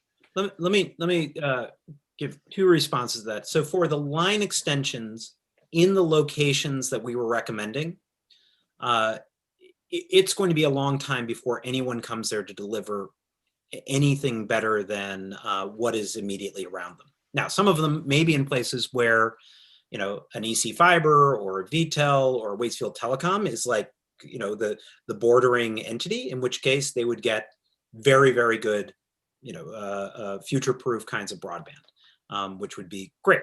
In other places, it's just going to be super hard for a CUD, and we're working with a couple of them, to be able to justify a business plan that could overbuild all the stuff around them and then fill in those 5 or 6 customers in between. So we felt that that was a reasonable way of doing it that would not adversely impact the CUD's efforts to get to fiber or much faster broadband. The mobile hotspots, I will tell you, you can get by with them, but I don't think there's anyone who's going to say that's my ideal long-term solution. And I think you would continue to see a strong take rate if the option was going to a 100 over 100 minimum service, or 500 symmetrical service, which is what EC Fiber is offering, over having that kind of device and paying for the data plan that's associated with it. That's a stopgap measure that could help get through until those things are built out. But our feeling is that it would not have the impact, Senator, that you're right. And the very last quick follow-up is just how's Vermont doing compared to other rural states that must be facing a similar challenge? So I'll give my quick assessment and then turn over to Joanne, who's been working with many, many other states. In some ways, doing really well in terms of actually getting fiber out to rural locations. It's there are a lot of states where it is really bad. What I would say is on the emergency front, there were other states that moved much more quickly to bring things like mobile hotspots and other kinds of solutions, and these kinds of very effective bulk purchases of codes to be able to access already existing programs that are just hard for low-income families who are dealing with lots of other things to be able to navigate. It would be hard for any of us to navigate if you look at some of the ways that some of those programs work. So there has been other states that have done that much more quickly. Alabama stands out as one. Joanne, do you want to answer that question from a more national perspective, if that's all right? Yeah, I just had 2 basic definitions. Mobile hotspots. We've heard of the hotspots where you have to drive to the general store and sit in the parking lot. I have a sense that you're talking more like one that's connected to a home or a couple homes, but I want to confirm that. And what is a bulk purchase of codes? Sure. Joanne, why don't you take both of those? Thanks, gladly. So Senator, the term hotspot is used for many different things. And when you think about a Wi-Fi hotspot, so for example, where a town or the state or a coffee shop sets up a hotspot, what they're doing is they've got bandwidth coming in, usually over a wire, and they use Wi-Fi technology to share it with everybody who happens to be in the coffee shop, in the park, outside. Like my home. Right. I've got a Exactly. Wi-Fi downstairs and anybody that comes in can hook on. Yep. With, Exactly. right. You've created your own Wi-Fi hotspot, and that is a strategy that many communities have used very effectively to provide free service, including during the pandemic. When we say mobile hotspots, we're actually referring to something different, and forgive us for not having been more precise about the language. Sometimes we get caught up in jargon because we live with it so much. too. But a mobile hotspot is like when I can buy, and many schools have bought, and many states and towns and cities have bought devices from AT&T or Verizon. And the devices are about, in some cases, about this big, and it's a piece of telecommunications equipment. And what this device does is it functions the same way that my phone does, but it's a little bit more powerful. And it receives a mobile signal. And then it allows me to connect with my laptop to the mobile signal that's coming in here, as if it was coming to my phone, is now distributed to my laptop and my children's laptops and my husband's laptop. And then we are all doing our work using that mobile connection coming into this device. But I would have to have cell phone connection to do that. And in fact, I have a mobile hotspot like this from AT&T, and I also have a Verizon cell phone, and I pay for both services separately. And it's not cheap, but in the midst of pandemic, when I'm, for various reasons, I'm not close to home because I'm taking care of family, this is how I've been able to communicate, not with this blue thing, but I don't have my hotspot right here to show you. The beauty of a hotspot device like that, though, is I can move it around. So as I go from one Airbnb to another, I've been able to take it with me. And if in a place where there is mobile service available, even if there's not a robust fixed service like a wire coming to that home, mobile service for many families has been a lifeline during the pandemic because it's not as good as having a wire, but it's a short-term stopgap measure that has allowed those families to make sure their children are connecting to school and so on. That's what a mobile hotspot is. And that's one of the recommendations we made. It's a mobile product. Ideally, every family in America would have a fixed connection, a really great wire, and a mobile connection, and nobody would have to rely only on mobile. And in the long run, that's where we're going, and that's where you will get in Vermont. But in the short run during the pandemic, our recommendation was that for those families who can't get anything else, if they can get mobile, then one of these hotspots could mean the difference between enough connectivity for distance learning and work from home, the difference between that and not. So that's why we recommended it. And that is, I think to answer Senator Bray's last question related to that, I think that while other states have done more of that sort of thing, subsidizing that kind of service for low-income folks, you do have a subsidy program that was developed with your CARES Act funding by the Department of Public Service. It is working, it is operational. We made recommendations about expanding it in the report. But I also think that, in answer to the question, how's Vermont doing relative to the rest of the country, you have had some very creative responses on the infrastructure front in the midst of pandemic, and particularly the consumer-driven strategy, where it's not just the companies deciding how the funds would be spent, but families can apply to the Department of Public Service for that funding, for it to be built to their homes. And that I think is really innovative, and it stands out just based on my national experience. I haven't seen a lot of that anywhere else. So, I would say you're doing pretty well compared to many states. Certainly you've been very creative. Two other just quick points. One is, Senator, in many places you don't have cell service, right, which was one of the concerns of using those.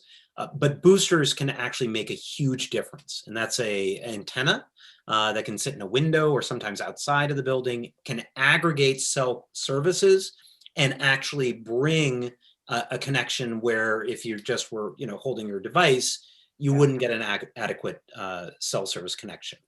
So that's why we baked that in there. And what we did is we did an analysis of the reach of the existing towers as far as they would be able to go. We know what the boosters usually are able to accommodate beyond that, given topology, and then you can actually build that out. The other thing, when I was jumping to the bulk purchase of codes,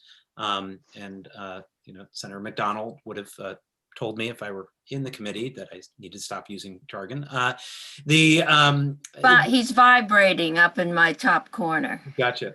But the basically what it is actually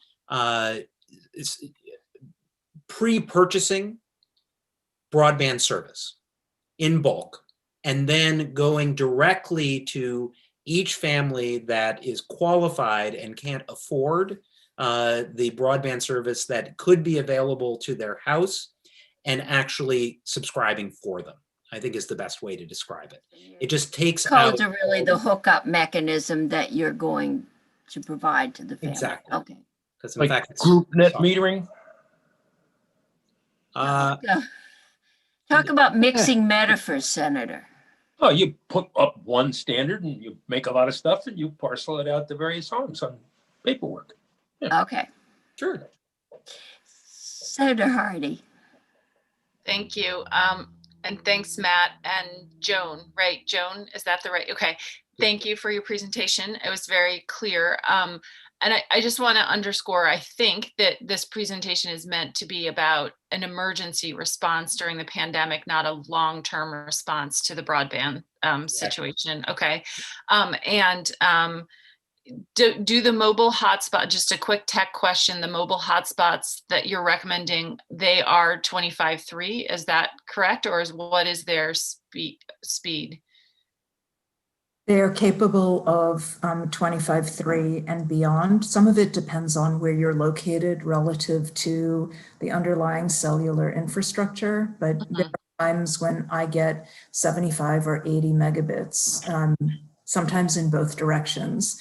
And then there are other times when they're considerably slower. It really depends on how close you are to the infrastructure and how congested the network is at that moment. Okay, and that's one of the reasons why you're recommending the booster in some cases, I would assume. Yeah, I have a booster at home and it's very helpful. I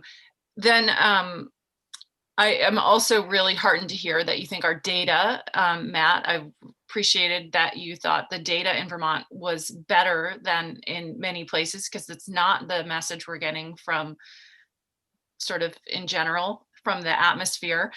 So that's really great to hear. And I'm curious why this, this is just a rhetorical question, but why the sort of feeling out there is that our data is not very good.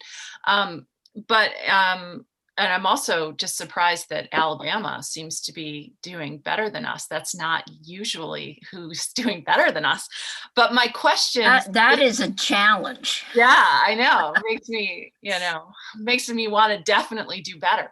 My question is I know that a strategy that a lot of school districts have been using during the pandemic is pretty much exactly what you're recommending, which is to try to get mobile hotspots to students and families who don't have them. And I've, seen them do that. I know many families who've gotten them from school districts and have employed basically their staff as this, broadband core that you're recommending. Like the school district tech director becomes the person who is helping families do exactly what you're recommending. So I guess my question to you is, did you take that into consideration when you were doing the surveys? Because I know throughout the fall, school districts were starting in the spring even, and then throughout the fall, they were getting those out more and more and more, to the point where, for example, I was a substitute in our local middle school in the fall after we were out of session, and a student came to me and was talking to me about broadband, and I immediately went to the tech director, and he's like, "Oh yeah, we've already done that one." Yep. So they had sort of covered the bases. That's super anecdotal, but my question is, did you take that into consideration with your data, what school districts were already doing? So the survey data is point in time. right? Yeah. And this was late October, early November. So I'm sure we missed. Look, the school districts are working so hard to try to solve this over a period of time, and there were times where school districts were all in person until they weren't, right? So suddenly the urgency went up. So it would be, you know, not accurate to say that we captured all of the folks who were continuing to push these things out, try to get them out there. You know, I would say that the superintendents who we also surveyed at that exact time still said that we are really struggling, even with the existing staff, to be able to deploy those. There were also, there were some mobile hotspot carriers that are better than others. And the ones that were very inexpensive that a few of the Vermont school districts tried to use right out of the gate were not the ones that we would recommend, just given coverage and how they've performed in general. And so I think that led to a certain amount of frustration. And then finally, it just varied dramatically from school district to school district. Yeah. You know, some had the capacity to really throw themselves at this, some did not.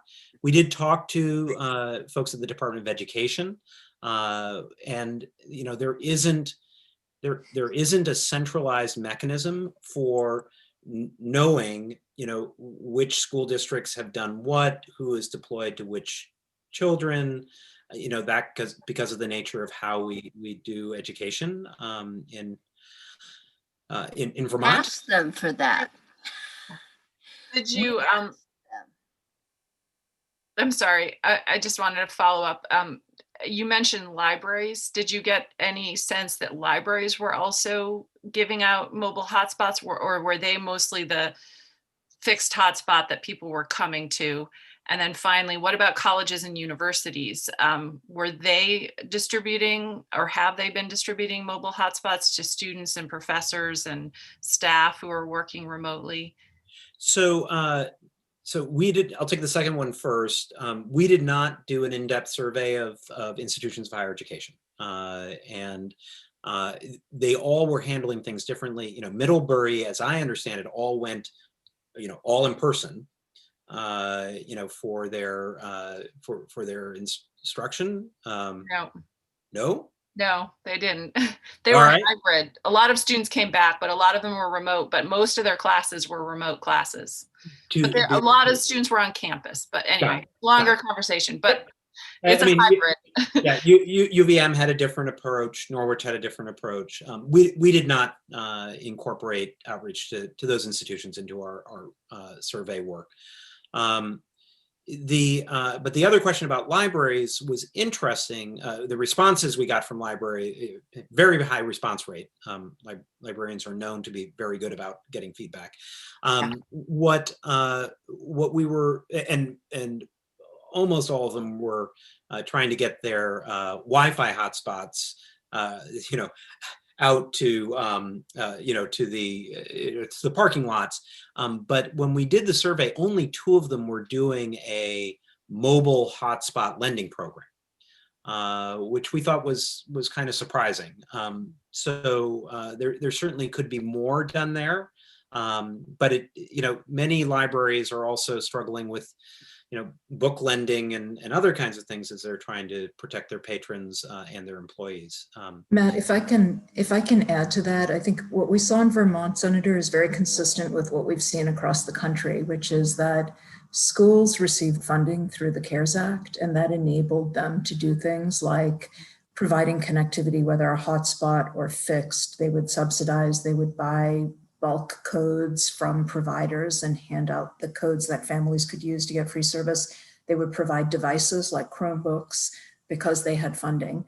Libraries did not receive funding, and colleges and universities didn't either. And I think libraries who really align with the mission of connectivity and access to education and access to information were in a particularly difficult position because they didn't have physical premises and they didn't have funds for things like hotspot lending unless they had some pre-existing source of information. So that does feel like an untapped opportunity, but it's just it's very much a matter of resources. Yes, I agree that libraries are an untapped resource, and I have a bill that hopefully will address that.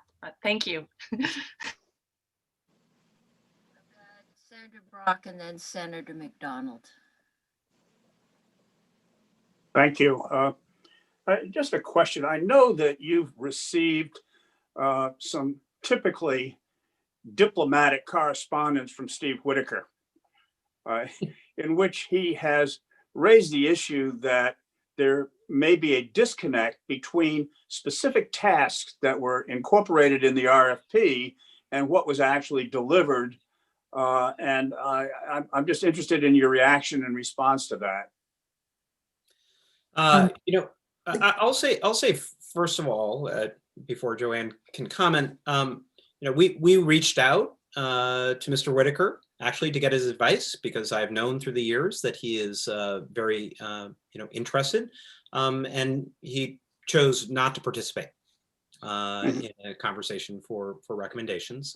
He had his own reasons, but he did provide some feedback at the sessions, which was he was unshy about, and our feeling is that we met the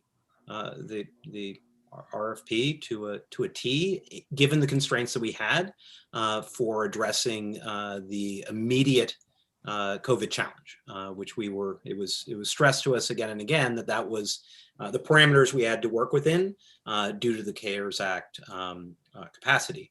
Well, let me just can I interrupt just for a second, Matt, to ask a question, because there was some specificity in the RFP itself and in your response to it that did in fact go beyond the immediate COVID. And I'm wondering, was there some change in the response to the RFP that altered the scope of work to make it different than that which was contracted for? Senator, if I may answer that, as the prime contractor in this case and the owner of the company that Mr. Whitaker has claimed has defrauded the state of Vermont, and that's his language, not mine. I've advised him, by the way, that if he has anything further to say on the topic, he's welcome to speak with my attorney. Yeah, I've seen that in your letter. Thank you. Which So he's the RFP asked us to investigate a wide range of different potential areas that could address broadband challenges during the pandemic. We investigated those areas. In some of those areas, we concluded, based on our experience, as me as a person that's always been somewhat, that those areas would not be fruitful for purposes of addressing broadband during the pandemic because they are long-term strategies. So for example, neutral host infrastructure, that is a strategy that may make an enormous amount of sense in Vermont and hopefully will be addressed when your 10-year plan is written. But that is a multi-year and potentially even a decade or longer to come to fruition to really deliver value. And so what we did is we analyzed that, we evaluated it, and we wrote in the report that we did not think that neutral host strategies would result in what was desired here, which was short-term solutions to help the people of Vermont get through a pandemic that is likely to be measured in single years or months, not in decades. Hopefully not in decades, hopefully not in many years. So we analyzed it and we concluded that it was not appropriate, and we said so in our report. Mr. Whitaker has said that we did not analyze it and that we should have come to different kinds of conclusions. We came to the best conclusion we could based on our analysis, our expertise, and our experience, and opined accordingly in the report. So nothing changed about our scope of work. Nothing changed about what we had proposed. We very much analyzed those things, but we, in many cases, concluded that that was not going to be a fruitful area. If Mr. Whitaker disagrees, I am happy to have that conversation with him, and I respect his disagreement with our conclusions, but I do not accept the idea that we just ignored entire areas of investigation that were part of our contract with the state. Well, when I look at, and I've just glanced at this, I haven't gone into it in depth, but one of the things that struck me was there was a specific provision in the RFP, and I gather in your response, that says we will develop a 10-year overview of expected future telecommunications requirements across the state based upon an analysis of a range of state-specific demographic and economic data and projections, as well as our knowledge of emerging technologies, telecommunications technologies, residential and business usage patterns, and industry trends. And so that just leads me, when I receive something like that, I've asked you a question is, did you do that? Senator, thank you for clarifying. I'm sorry, I had forgotten about that part. That was the first task in the RFP, and we responded to the RFP accordingly. When we were delivered the contract by the Department of Public Service, we were advised that that task had been removed because it was considered non-compliant with the CARES Act. So it was removed from our final contract and our budget was reduced accordingly. Okay, so it was not in the contract, because that's what's up on the website of the department still. So it was definitely part of the RFP, but it was not part of the final contract. And not just that language about the task, but also the associated budget was removed. Thank you. Helps clarify things, because when I heard 10 years, that threw up a red flag for me for CARES. And I know we've got Guidehouse reviewing everything, and that's probably about the time they came on board. So So I think it'd be useful for us to, in effect, get a copy of what the final contract was, so that we can respond accordingly. okay. Senator McDonald. So the last exchange there had to do with long-term trends in the perimeters to which you were limited. I want to thank you for when I don't understand the very end of that, but I understood all the vocabulary words up to the thing that I didn't understand. And I thank you on that. We often are trying to answer questions when the vocabulary words are sloppy. My narrow question,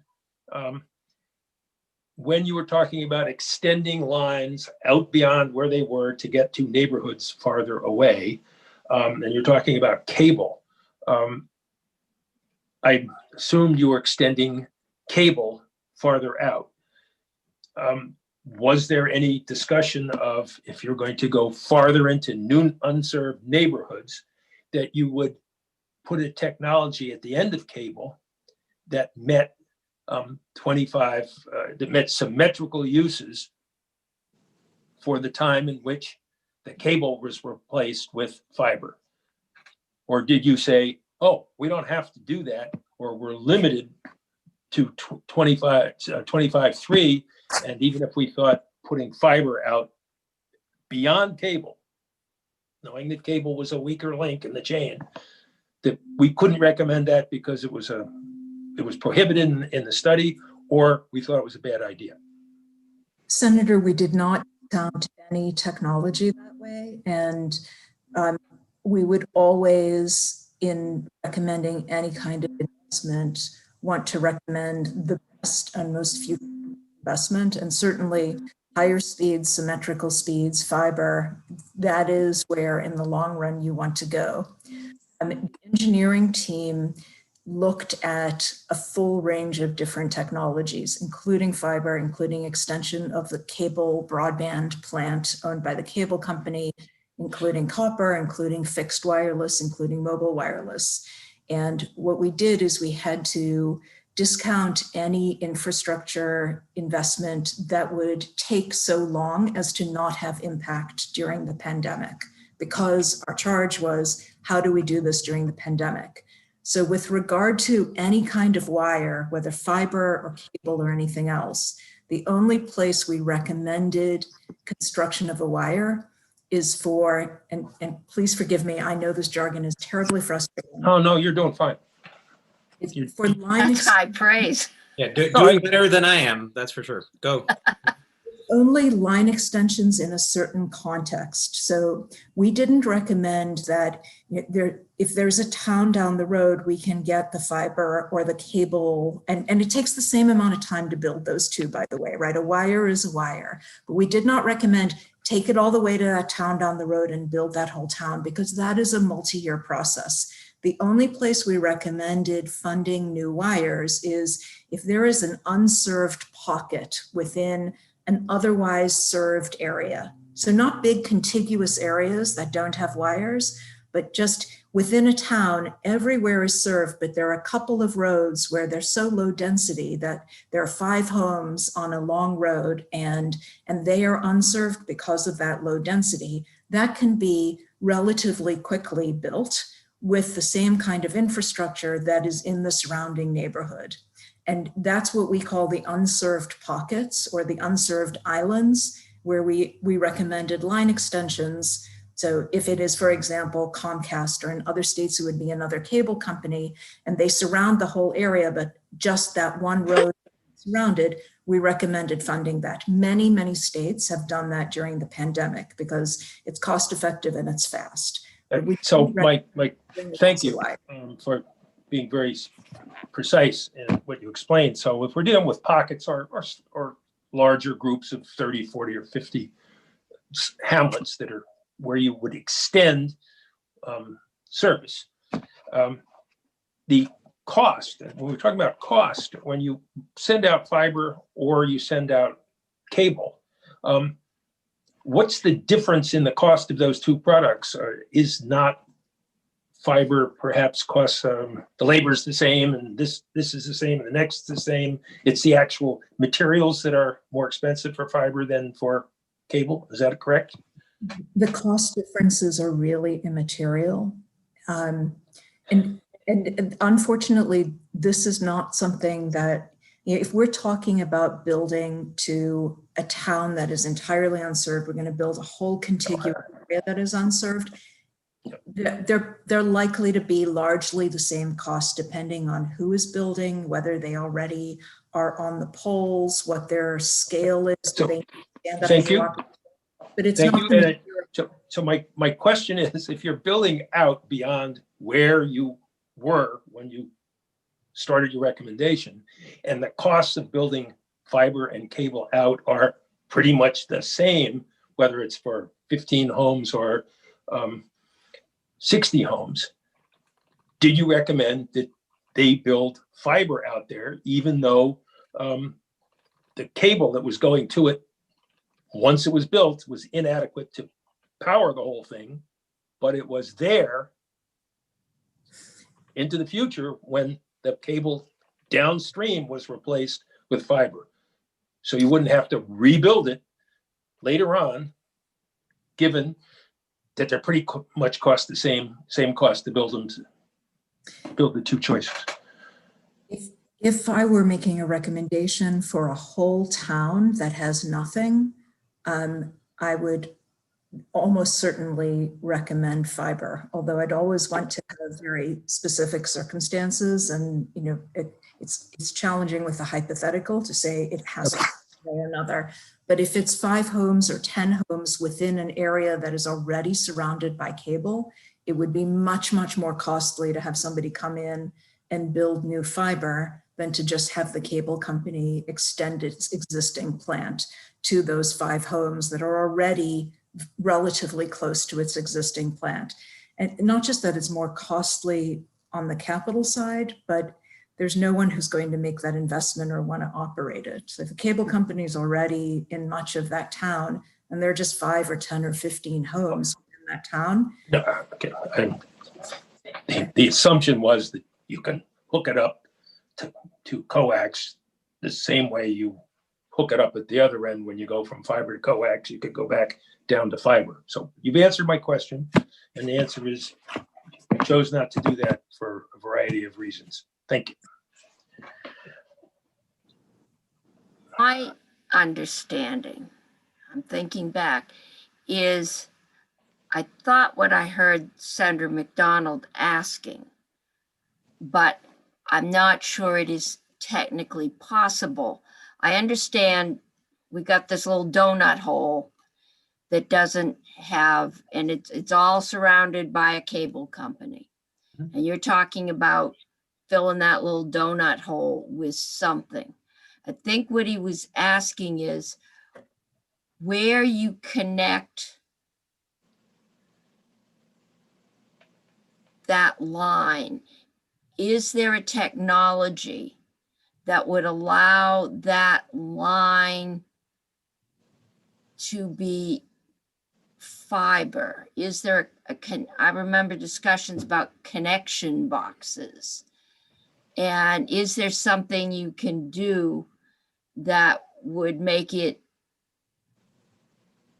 Yeah, can you make Is it make technically possible to compatible? hook it up? Yeah. Yeah, I mean, can it be made compatible? It is potentially technically feasible depending on the individual circumstance. It might actually be more expensive because it might require specialized equipment to go back from coax to fiber. But it's not the way the cable broadband companies build. It's not how they operate. And it's simply, it's not what they do. Whether that is. That does not bother Senator McDonald. What they do is short-sighted for-profit monopolies, and many of those things we don't agree with and do not wish to. That's true. So, and I wasn't getting into that, so Senator, I will get sucked into it if you want to bring it up, but that wasn't what I was getting into. It is Friday afternoon, Senator. Your cows need to be fed. They don't know days of the week, either do I. Senator, I will just share that, CTC Technology and Energy is a company that recommends and designs fiber networks all the time. Given the choice, we would always want fiber.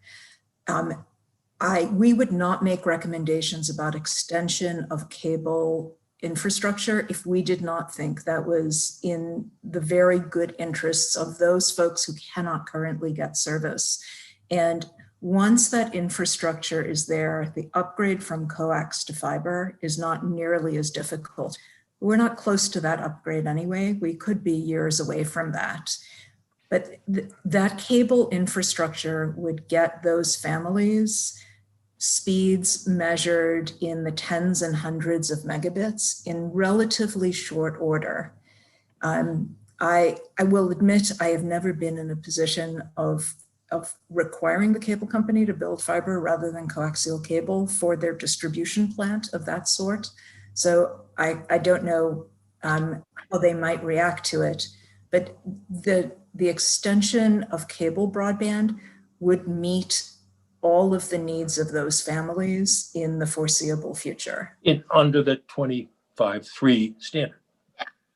Well, 25.3 and beyond that, a cable broadband plant can get considerably higher speeds than that in the downstream direction, much more challenging in the upstream direction, as you know. Right, so 25.3, not symmetrical. Thank you. Remember, this is an emergency plan to get it out the door and get those kids hooked up before they, the alternative is sitting in sub-zero weather in the parking lot at the gas station to download your homework. I mean, that's what we were looking at.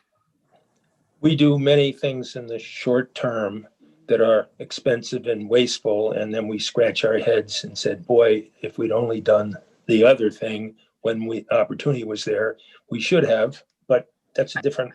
I think we're It's- doing it's an- better it's a this philosophical time than thing. we I'm did not the trying to last take up any time. more time, but don't bait me and I'll be quiet. No baiting. Senator Brock.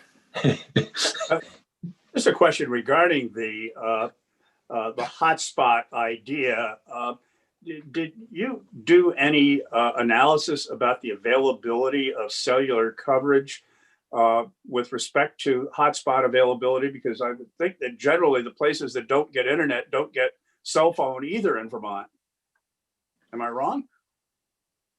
We did do an analysis, and we used a process of looking where towers exist and where they propagate to be able to show where they reach, including topographical maps. There is additional cell phone coverage that has been or should be going online shortly from AT&T as part of their FirstNet process, which we also tried to incorporate as being available in the near term. And then that's why the boosters we felt was an important component. There are places where you can get cell service and you can't get decent broadband.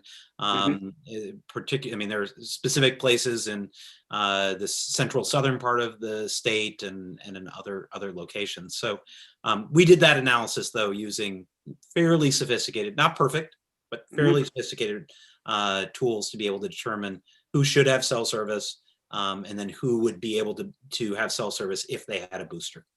There are still ones left out, and that's why we had other kinds of solutions that we were suggesting. We looked at TV white spaces off of Mount Mansfield. We looked at all kinds of stuff.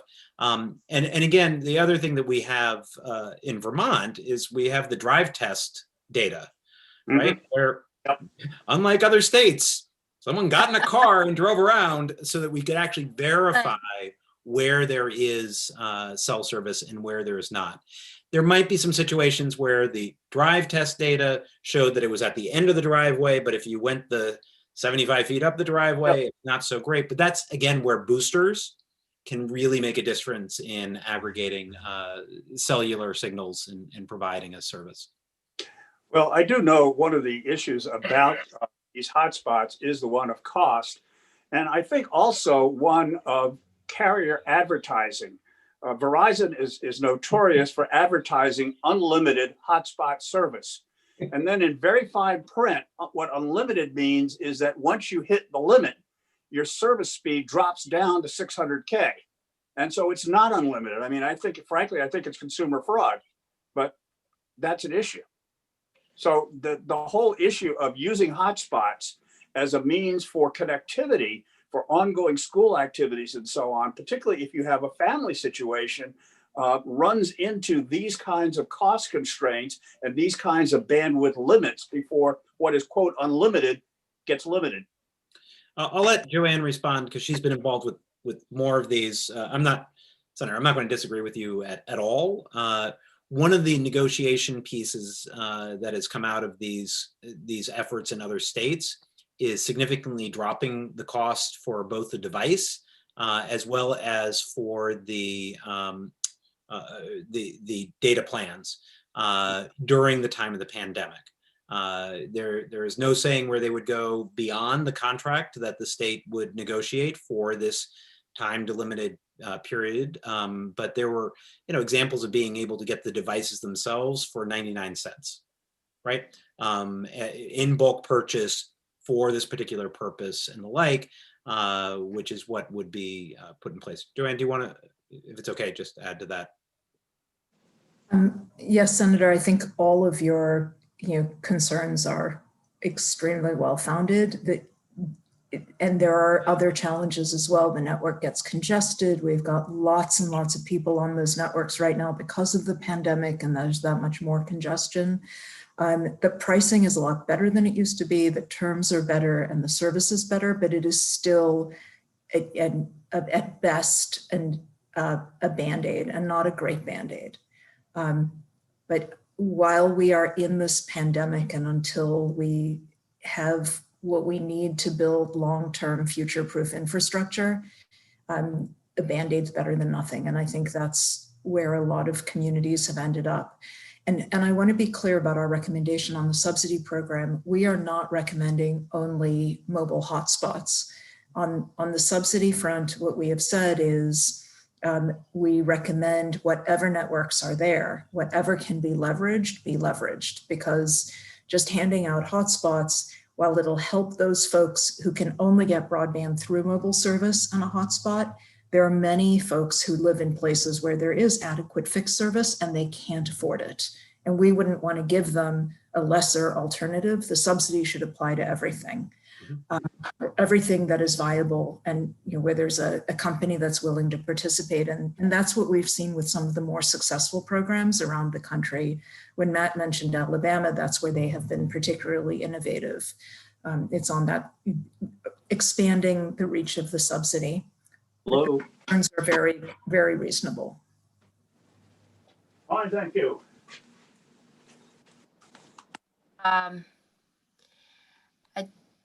This has given us a lot to think about. Hopefully, we won't have another pandemic for a while, but we may have other things that we need to deal with. I lost Senator Brock, and now at one point I had two Senator Sorotkins. Right now, it looks like he's kind of The winning dropping pair, in a winning race. parachute or something out in the ocean or the mountains. Now I've only got one. I'm more comfortable with one. Senator Hardy, you have a question. I just have a comment or a suggestion. And I also just think it's really kind of eerie how all of our rooms have gotten dimmer and dimmer as we've been on here. I notice everybody looks darker right now. My, to the point that Matt and Joanne made about resources and school districts having had CARES Act money to be able to buy hotspots, but libraries and other places not having them.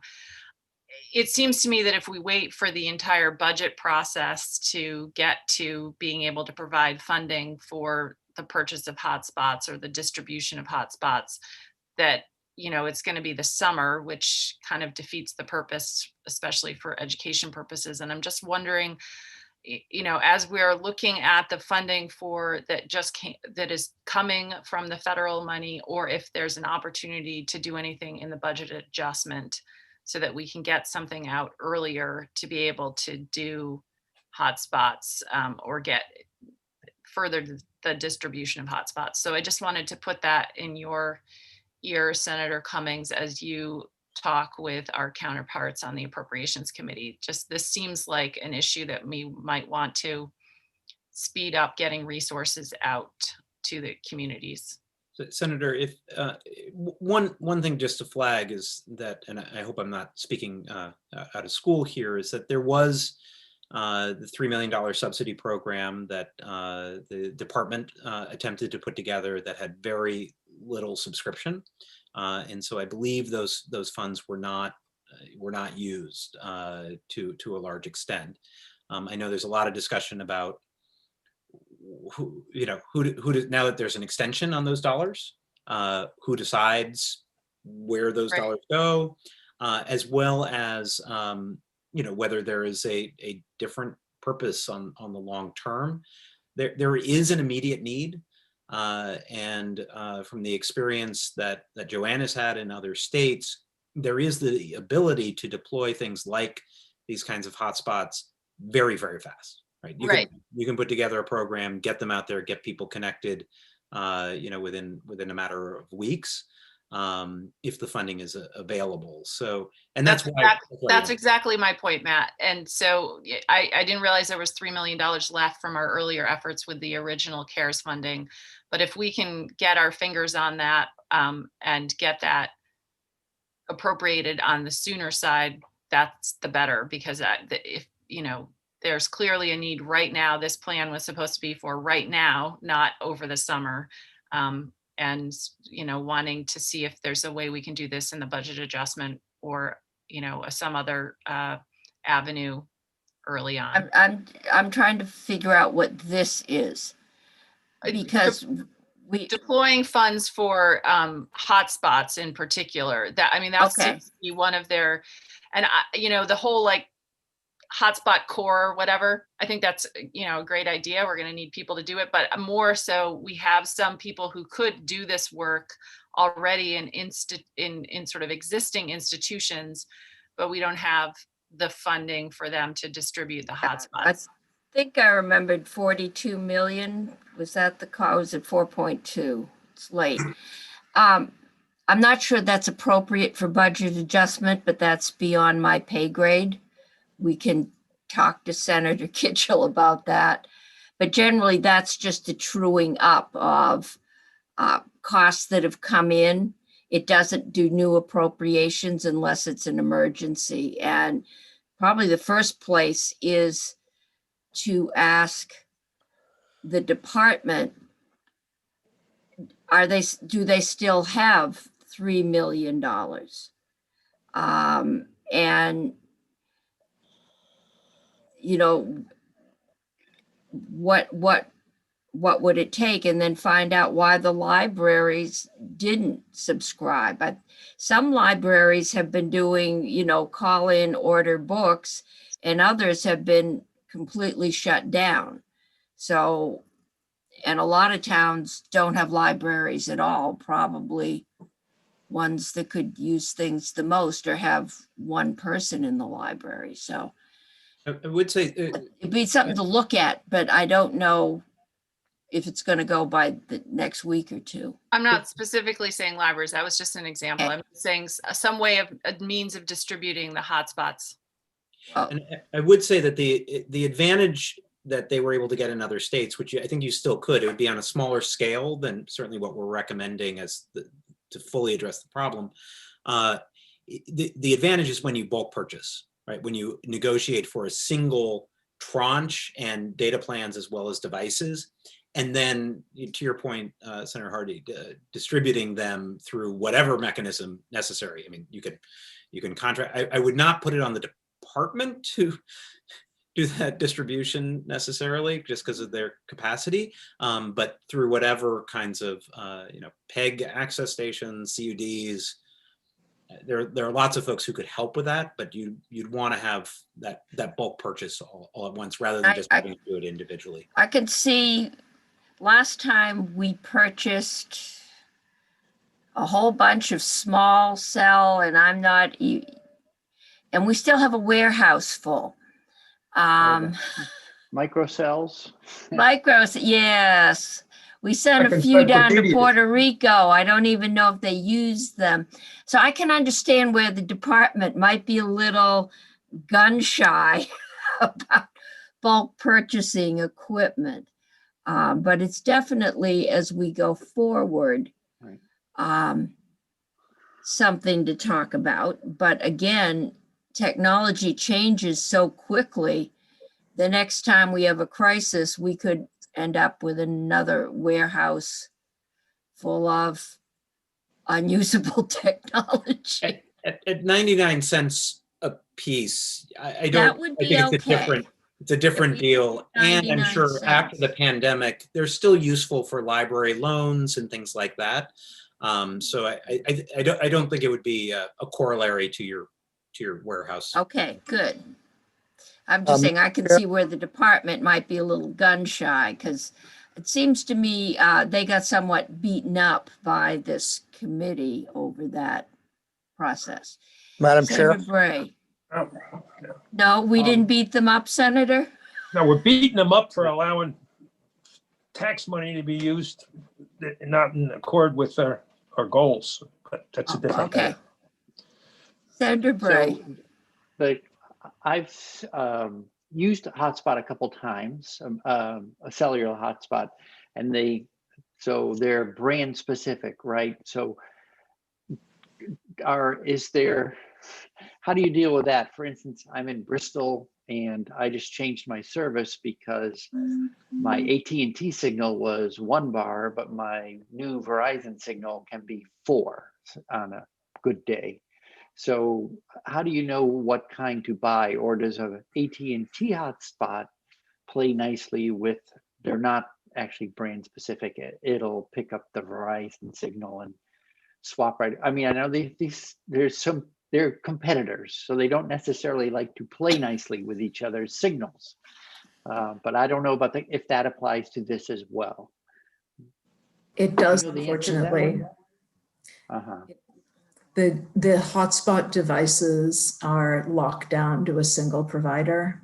So in order to get service from Verizon, you have to buy their device, which is configured for the spectrum they are using, and the same for T-Mobile and the same for AT&T and so on. And that is one of the challenges. There's not a lot of opportunity for consumers to move among them without having to go buy a new device, much as with phones. Okay. Okay. The other quick question is, I don't know if it's in your report, and I look forward to reading the full report. Senator Brock is often cautioning us against signing people up for service they become dependent upon, and we use federal dollars to get them. We prime the pump with federal dollars, and then either we have to basically walk away from supporting them, or we now have to find money to continue the support.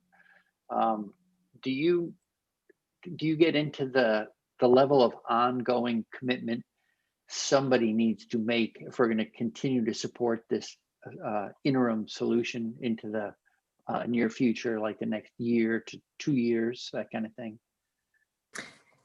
Senator, the report estimates what a year of support for low-income Vermonters would cost, and it would presumably, unless additional efficiencies could be realized through negotiations with the providers based on volume discounts and so on, it would continue at that level.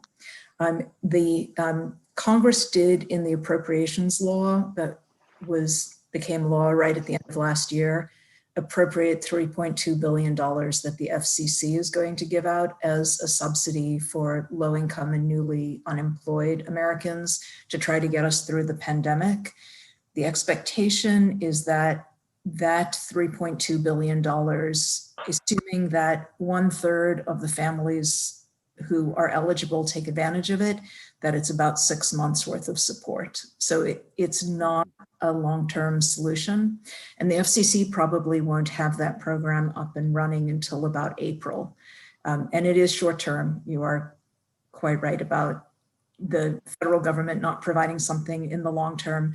There is discussion in Washington. There's definitely sentiment among some that this should be a permanent long-term opportunity. I think that would be quite a battle in the US Congress. We don't know.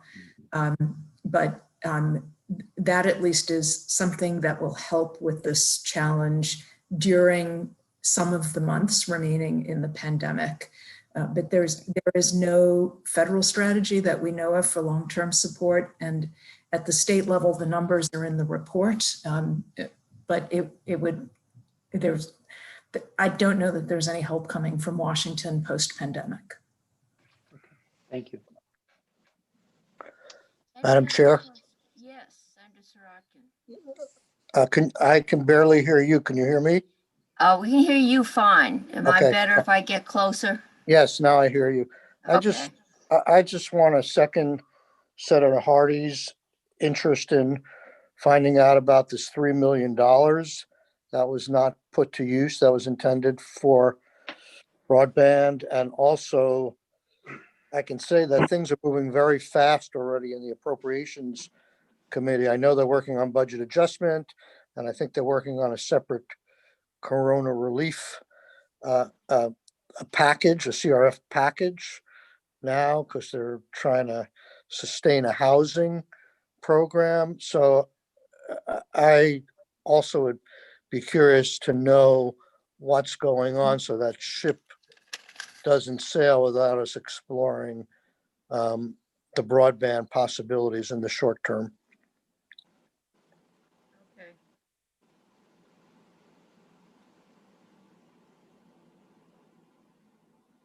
I will see what I can find out. I can't hear. I think Okay, you that's said- because I'm writing notes. Oh. And I've got about 1/8 of an inch clearance where I get in and out of range.